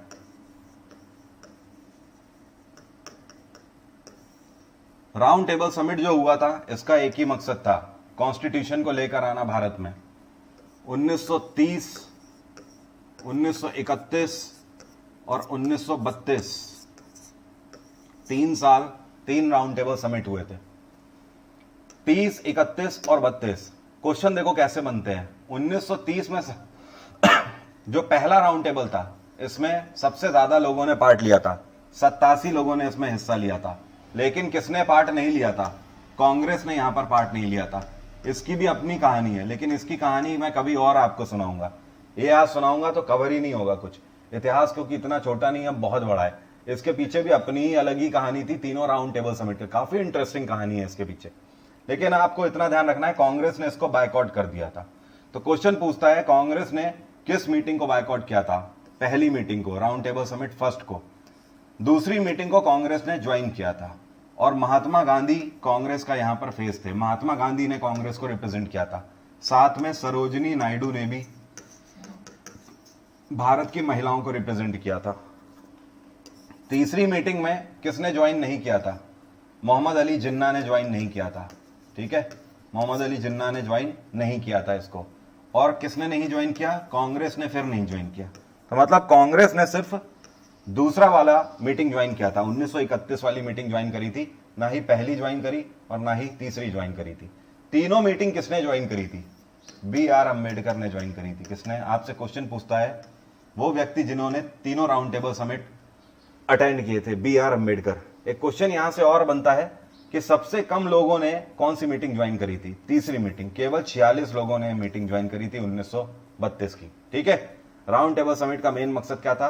भारत में कॉन्स्टिट्यूशन को लेकर आना। 1930 में एक मूवमेंट हम लोगों ने छोड़ दिया है, वैसे छोड़ा नहीं है, अभी हम लोग दूसरे वर्ड्स पर बात कर रहे थे। 1930 में सविनय अवज्ञा आंदोलन लॉन्च किया जाता है। सविनय अवज्ञा आंदोलन, इंग्लिश में इसी को हम लोग सिविल डिसओबीडिएंट मूवमेंट बोलते हैं। इसी को हम लोग सॉल्ट मूवमेंट के नाम से जानते हैं, मतलब हिंदी में बोले तो नमक का आंदोलन इसी को बोलते हैं। ब्रिटिश हुकूमत देख रही होती है कि नॉन कॉपरेशन मूवमेंट जो 1920 में महात्मा गांधी ने चलाया था, अब हम उनका बनाया हुआ कुछ तो खरीद नहीं रहे हैं, तो कह रहे हैं जब आप हमारा बनाया हुआ कुछ नहीं खरीद रहे हो तो खाना तो खाओगे ना, तो आप हमसे अब नमक खरीदोगे। नमक में 10 गुना टैक्स बढ़ा दिया जाता है कि बेटा नमक खरीदे बिना जाओगे कहां, खाना तो खाना है ना। जब नमक में 10 गुना टैक्स बढ़ाया जाता है, महात्मा गांधी का ताव हाई हो जाता है। महात्मा गांधी कहते हैं बेटा अगर नमक में टैक्स लगाओगे तो अब हम नमक भी तुम्हारा नहीं खाएंगे, और महात्मा गांधी यहां पे दांडी मार्च निकालते हैं। यह प्लान ये होता है, सविनय अवज्ञा आंदोलन के नाम से इसी को इसीलिए जाना जाता है। यह प्लान ये होता है कि गुजरात के साबरमती में इनका आश्रम होता है। यहां से पैदल यात्रा करते हुए जाएंगे कहां तक, दांडी के कोस्टल एरिया तक, समुद्री किनारे तक, और वहां पे जाके समुद्र के किनारे जो पानी आता है ना, वहां पर मेड़ बना दी जाती है। पानी आएगा, मेड़ों में रुक जाता था, पानी भाप बन के उड़ जाएगा, और जो समुद्र के पानी में जो नमक होता है वो यहीं रह जाएगा। इस तरीके से नमक बनाया जाता है, नमक छान के, और इसी को बोलते हैं नमक का कानून तोड़ना। महात्मा गांधी ने नमक का कानून 1930 में तोड़ा था। कब? साबरमती से लेकर दांडी तक की पैदल यात्रा करके। इस मूवमेंट में ध्यान रखिएगा, महात्मा गांधी जब चले थे यहां से तो केवल 49 लोग महात्मा गांधी के साथ थे। जब ये दांडी पहुंचे थे तो महात्मा गांधी के साथ 50,000 से भी ज्यादा लोग हो चुके थे। इतना बड़ा हुजूम था। महात्मा गांधी जिस गांव से निकल रहे थे, जिस शहर से निकल रहे थे, लोग पोटली ओटली बांध के महात्मा गांधी के पीछे ही वो ले रहे थे, अपना घर बार छोड़ के। क्या हुआ? कौन है भाई कमेंट सेक्शन चौक कर रहा है, बताइए भैया, कोई दिक्कत तो नहीं? बहुत बढ़िया, ठीक है ठीक है।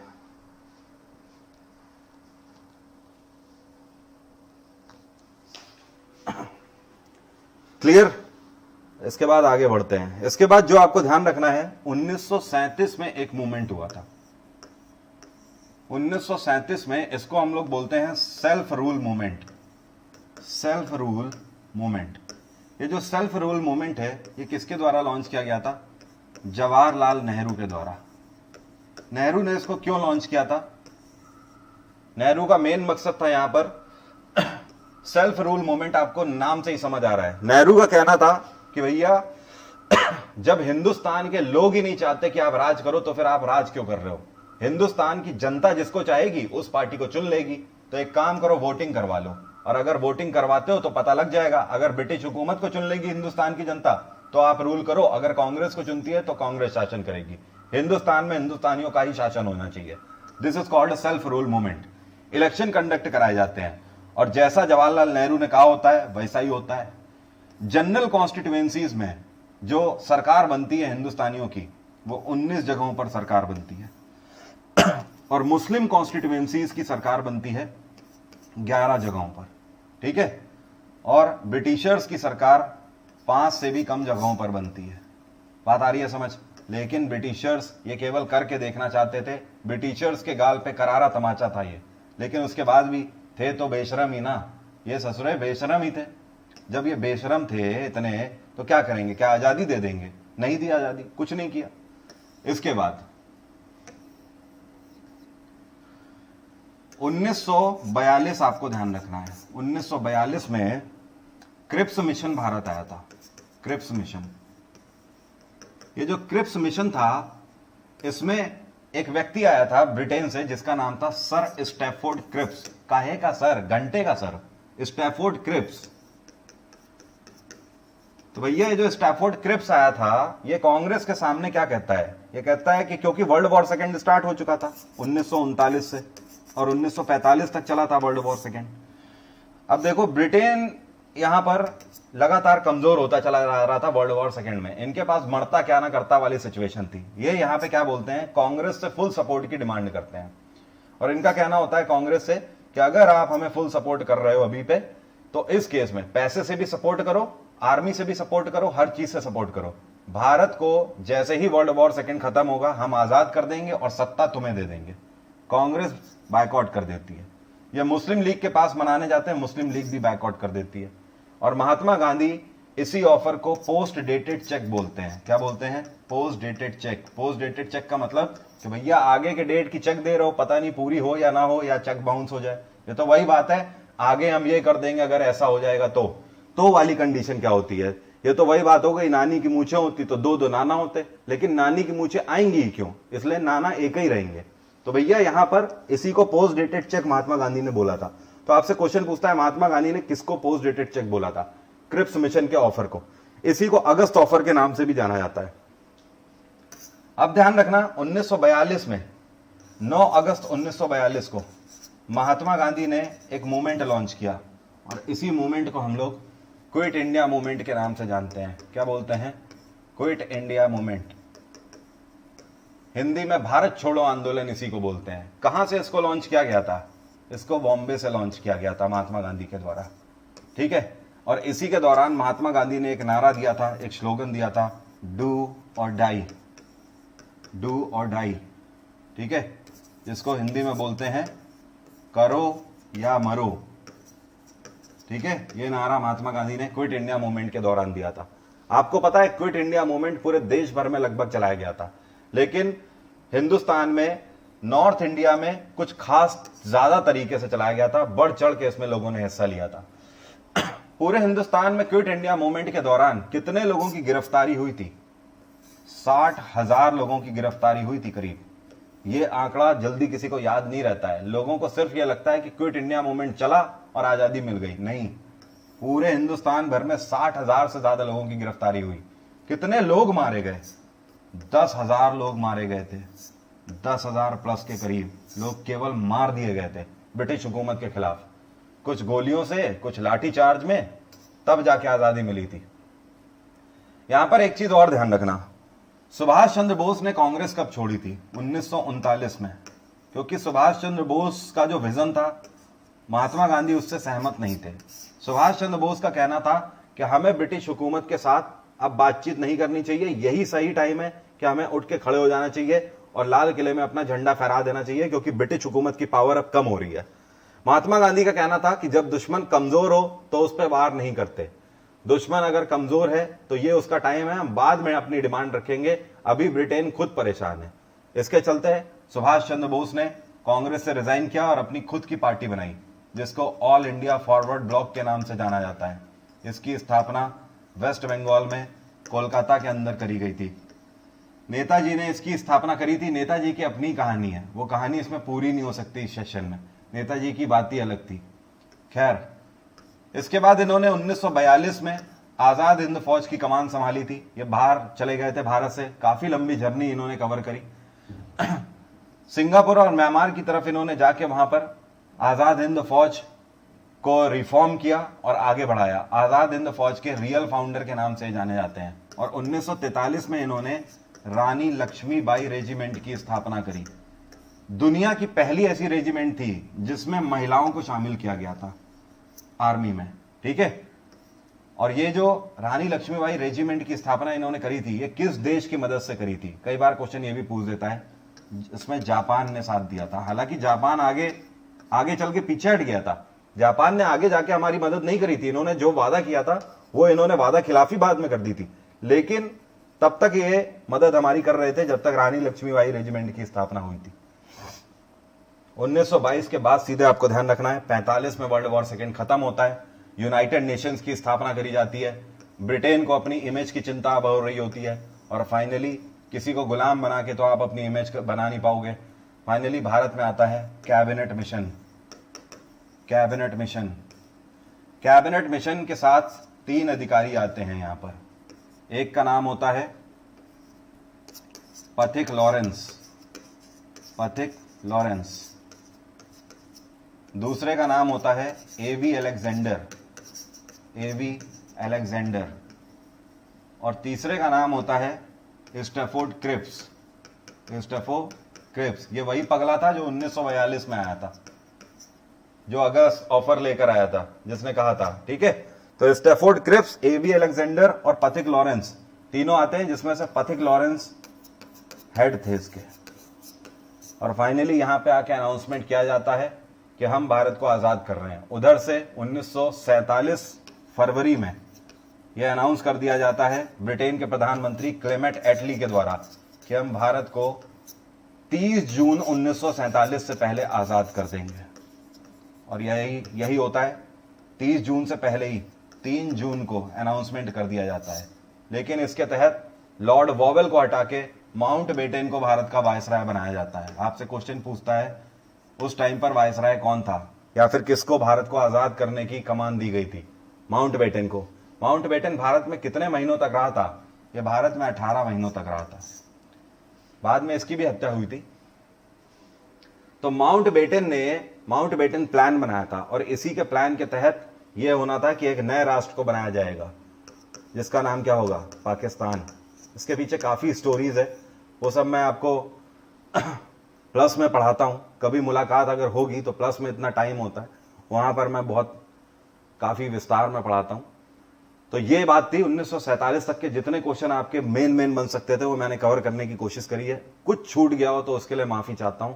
100% देने की कोशिश करी है। आप भी जानते हो मैं देख के तो पढ़ाता नहीं हूं किताब से, जो भी निकलता है इस दिमाग से निकलता है। खैर, तो आज की बात यहीं तक रहेगी। आज रात में 8:30 बजे फंडामेंटल राइट की क्लास है, मौलिक अधिकार पढ़ाऊंगा, ठीक है? आज की बात यहीं तक यार। 10:30 बजे अभी मेरी फिर क्लास लगी हुई है। Bye everyone, take care, have a nice day. अपना ख्याल रखिए, प्यार बनाए रखिए इसी तरीके से। Love you all, bye.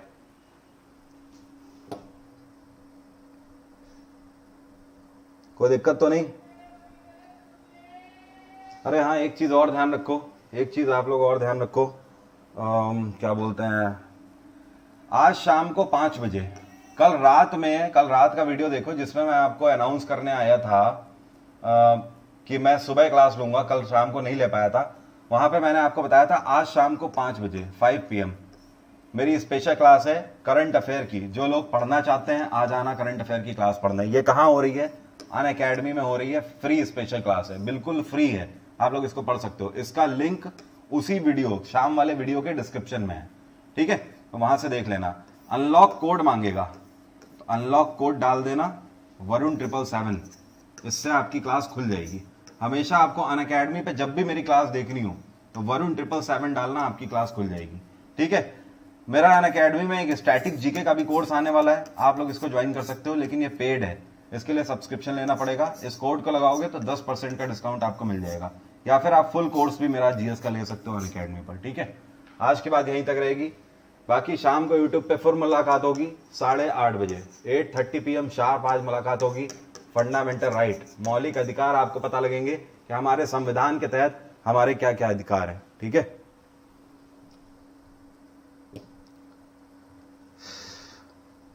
कोई दिक्कत तो नहीं? बस जज्बे के साथ लगे रहो, पेपर निकलेगा। वो एक दिन आता है जब पेपर निकलता है, कलम भी सही चलती है, क्वेश्चन भी सही फंसते हैं, ठीक है? कहते हैं ना, सुल्तान तो हर कोई बनना चाहता है, लेकिन सुल्तान बनने के लिए गर्दन और इरादे दोनों मजबूत होने चाहिए। मजबूत हैं क्या? अगर हैं तो सुल्तान बनने का कुब्बत रखना, नहीं तो बन नहीं पाओगे। बात आई समझ? चलिए bye, take care, have a nice day.